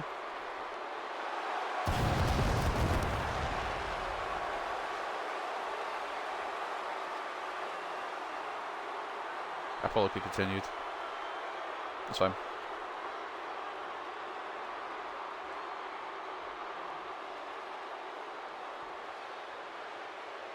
And representing the Bloodline from Pensacola, Florida, weighing in at 265 pounds, the undisputed WWE Universal Champion, Roman Reigns. Prior to the Royal Rumble at Raw Day 1 on January the 1st, The Rock made a surprise appearance and seemingly called out Reigns by asking if he should sit at the head of the table, a reference to their relationship through the Anoa'i family, as for over 3 years, Reigns had claimed he was the head of the table and tribal chief of the Bloodline, a faction of wrestlers from the family that includes Reigns and his cousins, Jimmy Uso and Solo Sikoa, as well as being managed by Paul Heyman. After Rock and Reigns came face to face in the February 2nd episode of SmackDown, a WrestleMania 40 kickoff media event was held on February 8th, where the two declared that they would face each other for the undisputed WWE Universal Championship in the main event of WrestleMania 40. However, Rhodes appeared and asserted that since he won the Royal Rumble, he earned the right to decide the main event, and announced that he had reversed his decision and would challenge Reigns for the title at WrestleMania. After bringing up each other's families, Rock claimed that he and Rhodes now had issues, and he slapped Rhodes in the face, with Rollins backing Rhodes. On the following SmackDown, WWE Chief Content Officer Triple H affirmed that the main event of WrestleMania 40 Night 2 would be Reigns defending the undisputed WWE Universal Championship against Rhodes, after Rhodes had initially declared he would not challenge Reigns at WrestleMania, with Rock seemingly challenging Reigns instead. This drew intense fan backlash, with hashtag #WeWantCody trending on social media prior to the kickoff event. On the February 12th episode of Raw, Rhodes claimed that it was because of the fans that he reversed the decision and decided to challenge Reigns. Rollins interrupted and stated he understood Rhodes' decision and offered to be his backup due to Reigns always having his family in his corner. In response, on that week's SmackDown, The Rock turned heel, officially joining the Bloodline, and vowed that he would do everything in his power to ensure that Rhodes did not finish the story. At Elimination Chamber Perth on February 24th, Rhodes challenged Rock to a one-on-one match at any time, and Rollins again asserted that he would be in Rhodes' corner in facing the Bloodline. On the following SmackDown, Rock rejected Rhodes' challenge and instead offered a counter, a tag team match featuring Rhodes and Rollins against Rock and Reigns in the main event of WrestleMania 40 Night 1, with an added stipulation that if Rhodes and Rollins won, then the Bloodline would be barred from ringside during the undisputed WWE Universal Championship match on Night 2. However, if Rock and Reigns won, then the championship match would be contested under the Bloodline rules, in which anything goes. Rhodes and Rollins appeared on the next week's episode where they accepted the challenge. Additionally, due to Rock's position on the TKO board of directors, he claimed that the undisputed WWE Universal Championship match would be a last chance match, where if Rhodes did not win, he would never be able to challenge for the title again. He also threatened that he would make Rollins' World Heavyweight Championship disappear. However, these claims have not been officiated by WWE. That's how big this match is. That's how personal this match has become. And the whole time I've been reading that, Roman Reigns is taking his sweet ass time making his entrance, but here comes the final boss of the Bloodline. Here comes The Rock. Ladies and gentlemen, the People's Champion is here. There is still a lot of fan support for this man. But of course, he is part of the Bloodline. He is the final boss, and he is the tag team partner of the undisputed WWE Universal Champion. Weighing in at 265 pounds, The Rock. This is a man destined For the first time in 8 years, The Rock will wrestle at WrestleMania. He will lace up his boots, he will put on his trunks, and he will team with Roman Reigns. Now, of course, to reiterate the stipulation, if Rock and Roman win this match, then Roman and Cody's Universal Championship match on Night 2 will be contested under Bloodline rules. But if Cody Rhodes and Seth Rollins are victorious, then the Bloodline are banned from ringside. It is a huge encounter. It is one of the biggest WrestleMania main events, and it's only Night 1. It's only the first night of WrestleMania, and The Rock is teaming with the undisputed WWE Universal Champion. It's crazy to think, but that is what's occurring. It is massive. Who will be victorious? Will it be Roman Reigns and The Rock? Will it be Seth Rollins and Cody Rhodes? The time has arrived. The Rock instructing Roman Reigns to handle business, and Seth Rollins and Roman Reigns, the former members of the Shield together, will kick this contest off, and Seth gets first blood over the undisputed WWE Universal Champion. Of course, doesn't wrestle much, but in comes The Rock.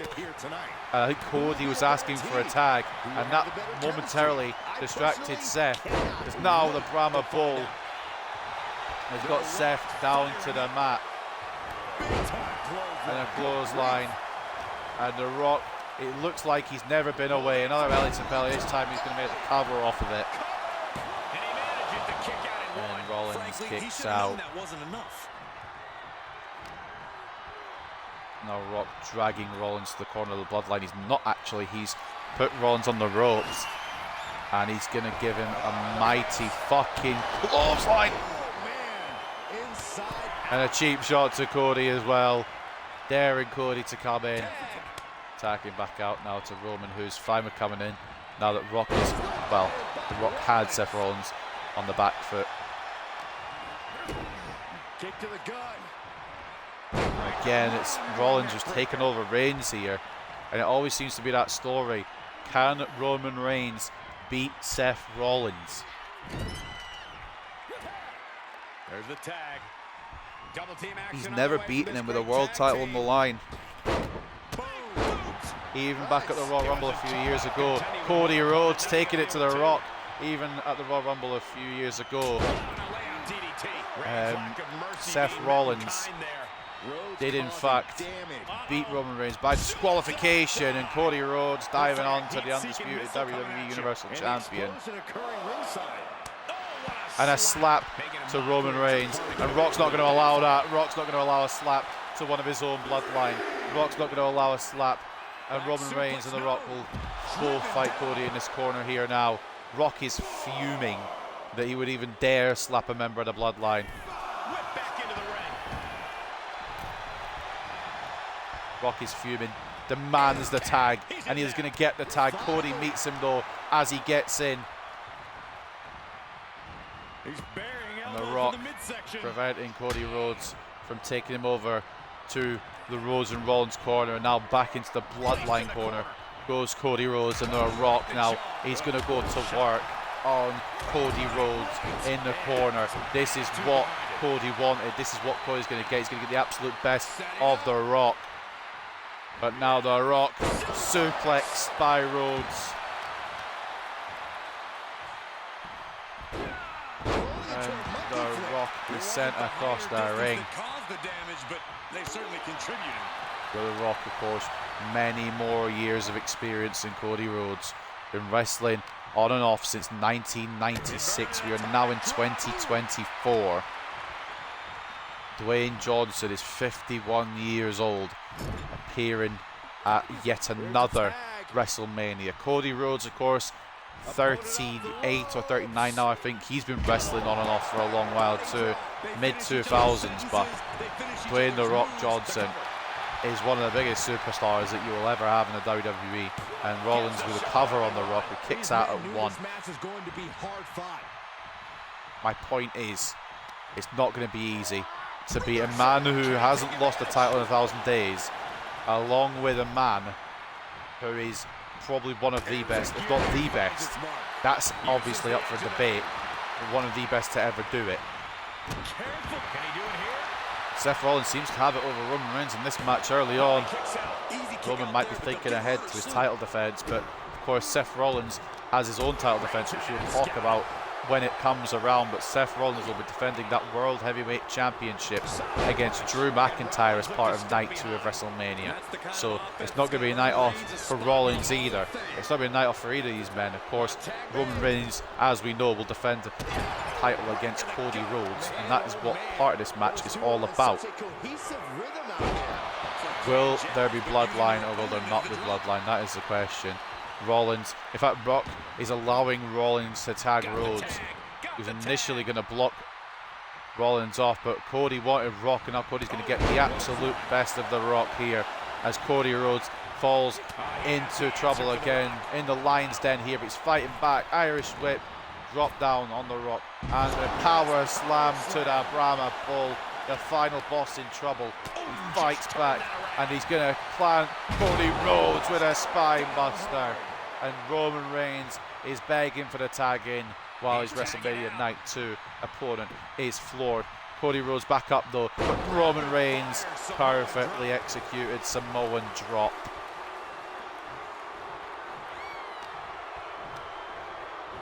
And Cody Rhodes sending Roman into the corner after all that, and another cover.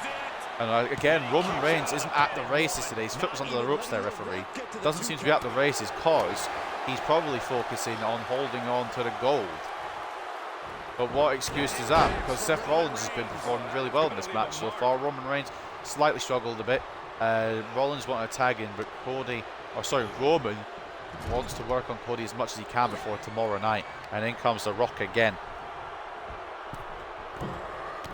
Down on the arm goes The Rock, and a drop kick to Rhodes. And The Rock is wondering whether Cody Rhodes would like to take back what he said about wanting to go one-on-one with The Rock. Disaster kick avoided, but this time Cody does catch The Rock, and I think he's going to drag him to, I thought he was going to drag him to his own corner. He's put him in the corner here. Pinpointing the leg. And Cody Rhodes going after the leg of The Rock.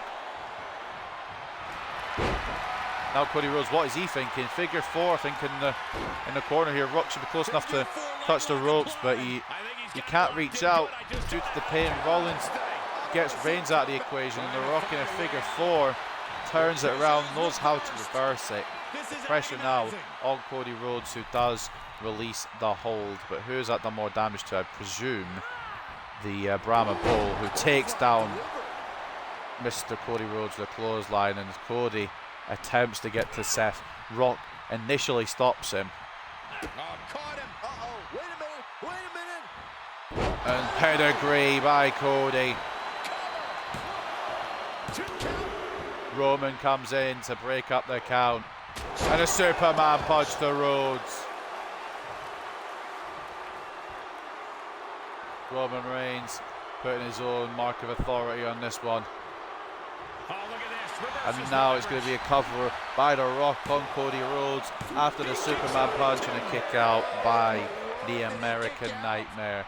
But The Rock in deep trouble there. It was only because his cousin saved him that he maybe wasn't out of this match. And speaking of cousin, in comes Roman Reigns. And these two, despite having never teamed together, I suppose the other teams never teamed together either, but Roman Reigns and The Rock are on fire here. I suppose they are family.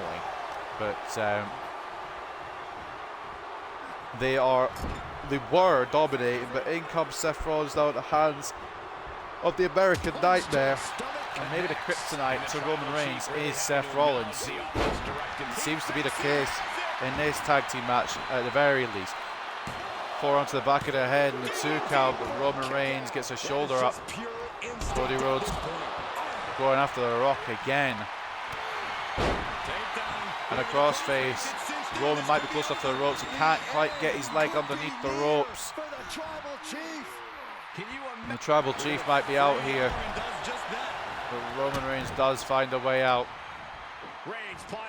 And Roman planting Seth. Looking for a tag to The Rock, who is slowly recovering, but didn't recover in time.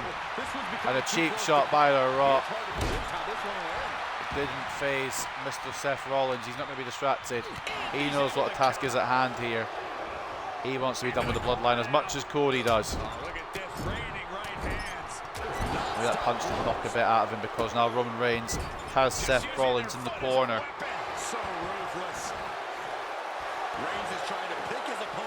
Put your ones up.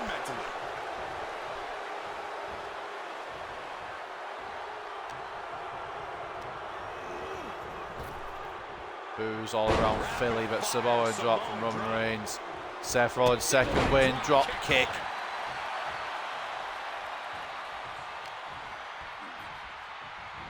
And Roman Reigns now taken to the corner, where it looks as if Seth and Cody will work together again.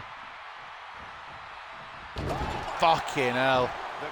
Slamming Reigns, both of them into that buckle. Reigns trying to find space now. Try to create some space here away from Cody. And he does make a tag once against The Rock, and Cody is second guessing now why he tagged in. Brahma Bull clothesline. And Rock is, well, Rock was proud of his handiwork, but Cody got straight back up, and it's an inverted DDT from the #1 contender. Rock's foot is under the ropes, ref. Rock's foot is under the ropes, but Rock does get the shoulder up. Some of these referees tonight have been absolutely blind to the fact that these feet are under the ropes. Knee combination by Rollins, who now takes down The Rock. And a kick out again by the final boss here. Look, it reminded myself to refer to him as that. He's not the Brahma Bull, he's not the People's Champion, he's the final boss. And he's in trouble at the hands of Rollins. That's what he is. Oh, Jesus Christ. He's taken out Roman Reigns as well. And the team of Cody and Seth are working like a well-oiled machine. You never expected it when they were fucking hating each other back a couple of years ago. But Cody Rhodes has caught Rock with a crossroads, and there is no Roman Reigns. Oh, just at the death though. Cody Rhodes did a crossroads to The Rock. There was no Roman Reigns to run interference. And now it's rock bottom to Cody Rhodes. But for Cody Rhodes, Seth does get involved. Tags him in. Now in comes the tribal chief. Fresh off a rock bottom is Cody Rhodes. He tries to run at Roman Reigns. It just isn't going to happen on that occasion. He's been placed in the corner now. Now Roman Reigns, off the big boot, is going to try and plank Cody Rhodes all the way down. With a Samoan drop. That was a drop as well. Cody fights out. And this is awesome chant now by the fans here in Philly, and you're not wrong. Seeing The Rock in the ring is quite awesome, isn't it? These two battling to a dead heat with these reversals. Robin able to tag Rock in again. Oh, I think Cody's back's giving out a little bit. Rock taking full advantage of that.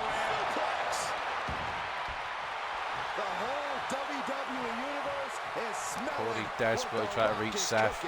Rock not allowing it. Why would he? This is what Cody wanted. This is what Cody demanded. This is what Cody's going to get. The absolute best of the Brahma Bull. But Cody Rhodes with feet to face to find a way out of the situation he's in. And a swinging net breaker. And he's going to make a tag. He's going to make the cover. He makes the cover. I wasn't sure which way he was going to go there. A cover on The Rock, who kicks out.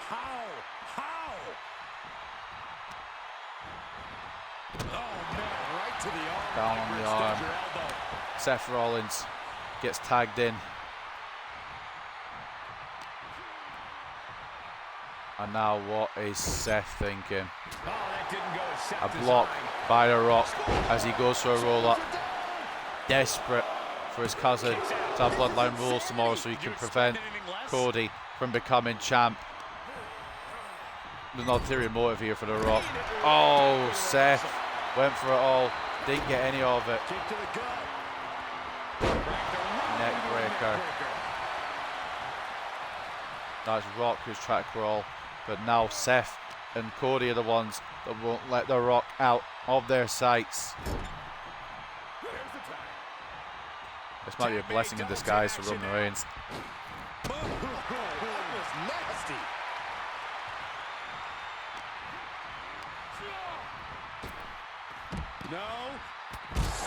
Oh, he knew that fucking Roman was going to get involved.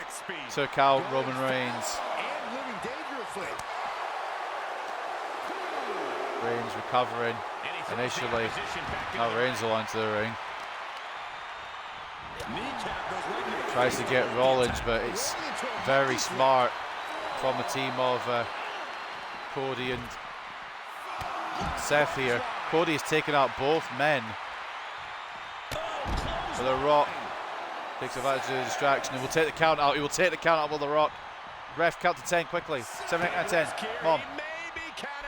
He might be oblivious to the count, guys. Okay, well, never mind then. Just count slowly as you can, I suppose. Back in the corner again. And once again, these two working really well together on The Rock. Roman needs to find a way to get The Rock to tag him in. Because this is not what the doctor ordered, and this might be the moment. Rock, right hand, and the tag that Roman is begging for. It's going to happen, and Roman Reigns has re-entered this match. Seth Rollins with a counter.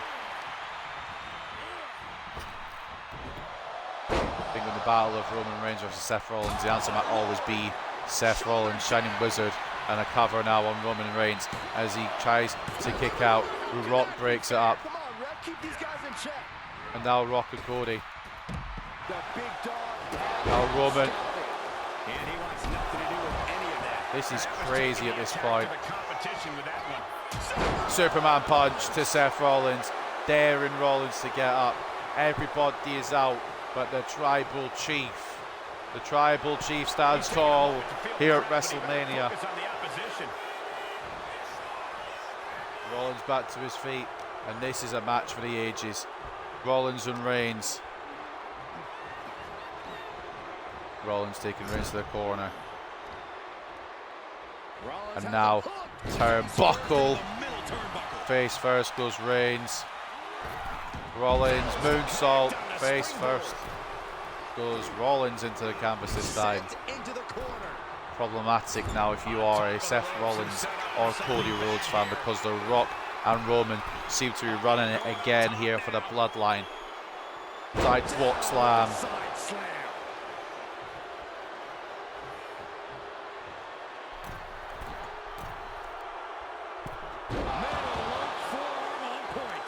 Forearm onto Rollins. Smart shoulder tackle. Smart counter. Rollins will stay in this one with a shot to the back of Roman Reigns' head once again. And the boots to the head will also help proceedings as Roman Reigns is busted open. Need that fixed for tomorrow. Mental to me how Roman doesn't wrestle a whole calendar year and then wrestles twice in 2 nights.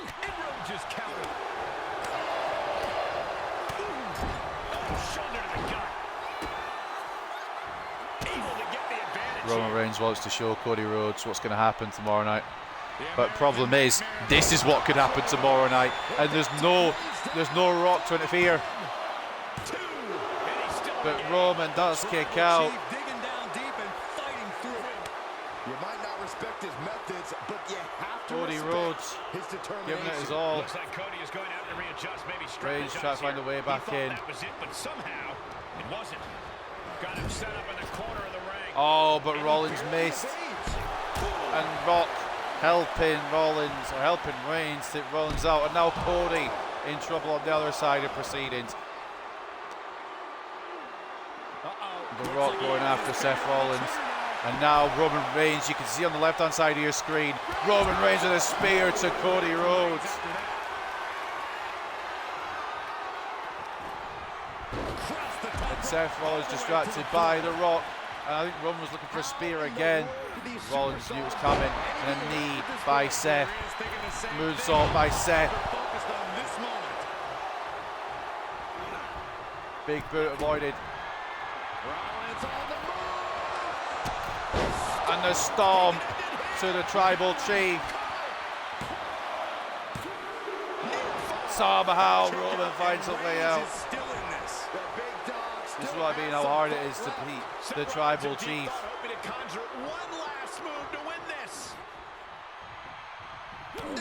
Rock is out cold. Rock is back in the apron now.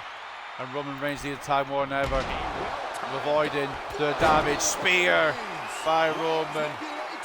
He can't capitalise on any tags for The Rock. And The Rock now going to go for the sharpshooter. The sharpshooter by The Rock. And Seth. I think Cody. Well, I think it was a mixed effort there. Both of them helping Rock, or helping Rollins. Suplex attempt. Suplex by Rollins, but he must be fucked. All these men must be exhausted, especially the 51-year-old Dwayne The Rock Johnson, who's continuing to fight on. These four men just desperate to eradicate the other, to destroy the other before night 2. As Seth Rollins with a series of stabs into the corners like Stone Cold delivering those.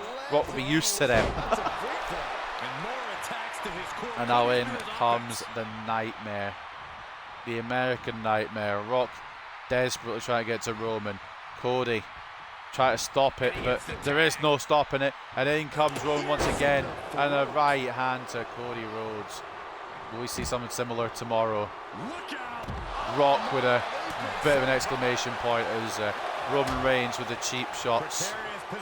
Rock sending Cody back in. Oh no, it's going the other way around as Roman Reigns plants Seth Rollins. Cody Rhodes taking down The Rock. Roman back in. What is Cody thinking now from here? Roman Reigns, right hand, Superman punch. And Cody Rhodes, I just think it was nothing, disaster kick. I don't think Cody Rhodes felt the effects of the Superman punch at all. The adrenaline rush from the American Nightmare keeps him in this matchup. Oh, that's so painful. This match has been everything I thought it would be and more. Man, it's been special. And here we go now. Elbow drop.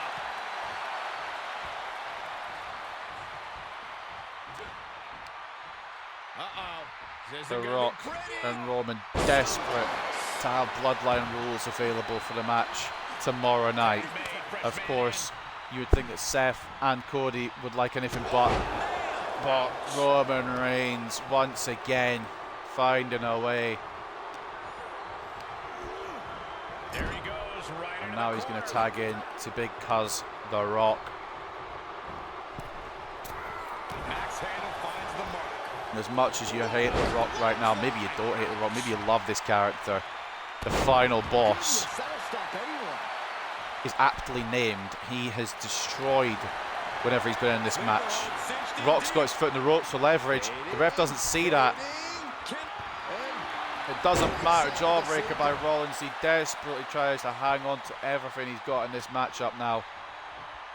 And it looks as if he's going to bring in Cody to try and finish off the final boss, and that's exactly what's going to happen. Cody Rhodes, foot to face. I was going to say boot to face, and I kind of just muddled my own words there. Cover. Rock kicks out. I don't know why Roman Reigns isn't interfering. Maybe he knew he didn't need to. Shot after shot. Cody Rhodes continuing the punishment on The Rock. This is an alternate timeline surely at this point. What the fuck? How is it that we've got to this? Cody reverses The Rock into the corner. It looks like it's going to be a bulldog. No, it wasn't. I thought he was going to go for the bulldog. Just what I know. Cody tried to lift Rock. It's not going to happen at this point in the match, I don't think. Rock try to lift Cody, and it does happen. Atomic drop. And now a net breaker from The Rock. Desperate to put Cody away. Desperate for Roman Reigns to have all the advantage in tomorrow's title match. But a kick out by Rhodes as Roman Reigns wants interference anyway. I respect it.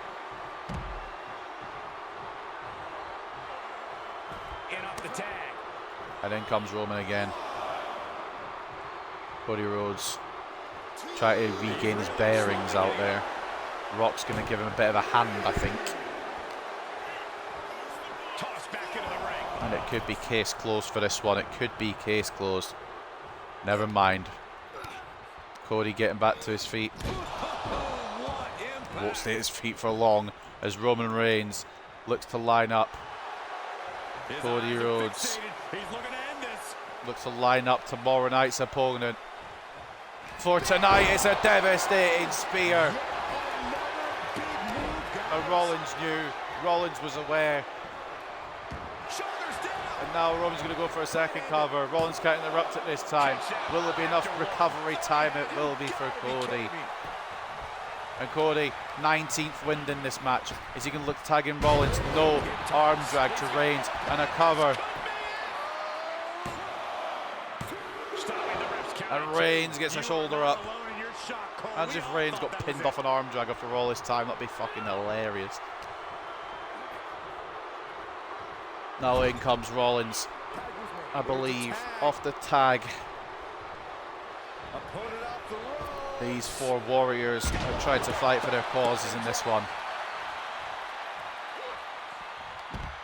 The Rock out cold. Cody and Rollins going to play a bit of their own games here against the Bloodline that's been doing this the whole time. Seth Rollins cross body. Roman daring him to re-enter the ring. Roman, oh, he went for it all, and Seth Rollins, very, very, very smart. No doubt they're going to pay dearly for it. Cody Nice side headlock and applied. Seth need to find the finishing touches soon, or the final boss and the tribal chief will put this away. This has been brutal. Both, well, three of these men have to wrestle tomorrow. I don't know how they're going to be honest with you. Back and forth, looking for the advantage here. Oh no, stop right to the gut. He's in off the tag. Seth tags in Cody one more time. Might be the last time. I think that's what both these teams are thinking at this point. Both these teams are hoping for at this point. That it might be not much left to go in this match. The home stretch perhaps. Cody glancing at the Rock. Goes for Roman in the end, which is smart, as that is the man you're in the ring with. I think Cody was looking at submission. Roman Reigns is saying no. Superman punch.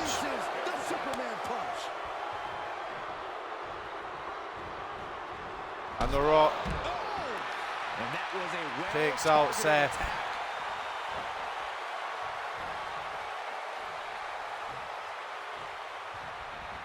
And Rocky with a spine buster.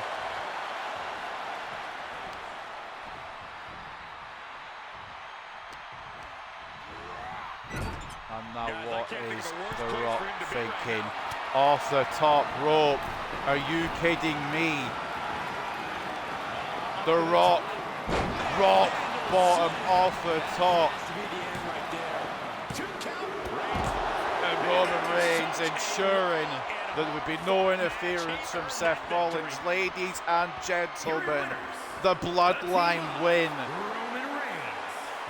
And what that means for tomorrow night. Leading the team to victory. Well, let me tell you, in its purest form. You simply love to see it. Bloodline rules.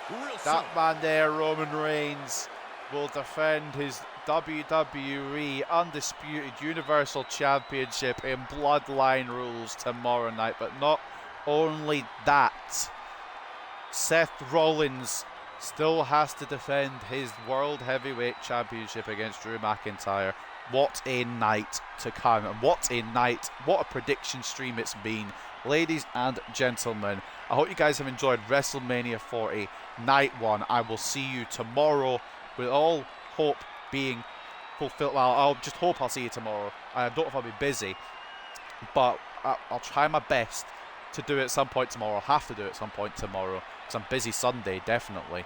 But ladies and gentlemen, I hope you guys have enjoyed WrestleMania 40 Night 1, and I will catch you for Night 2 very, very soon. Hope you guys enjoy the WrestleMania weekend. Take care and peace.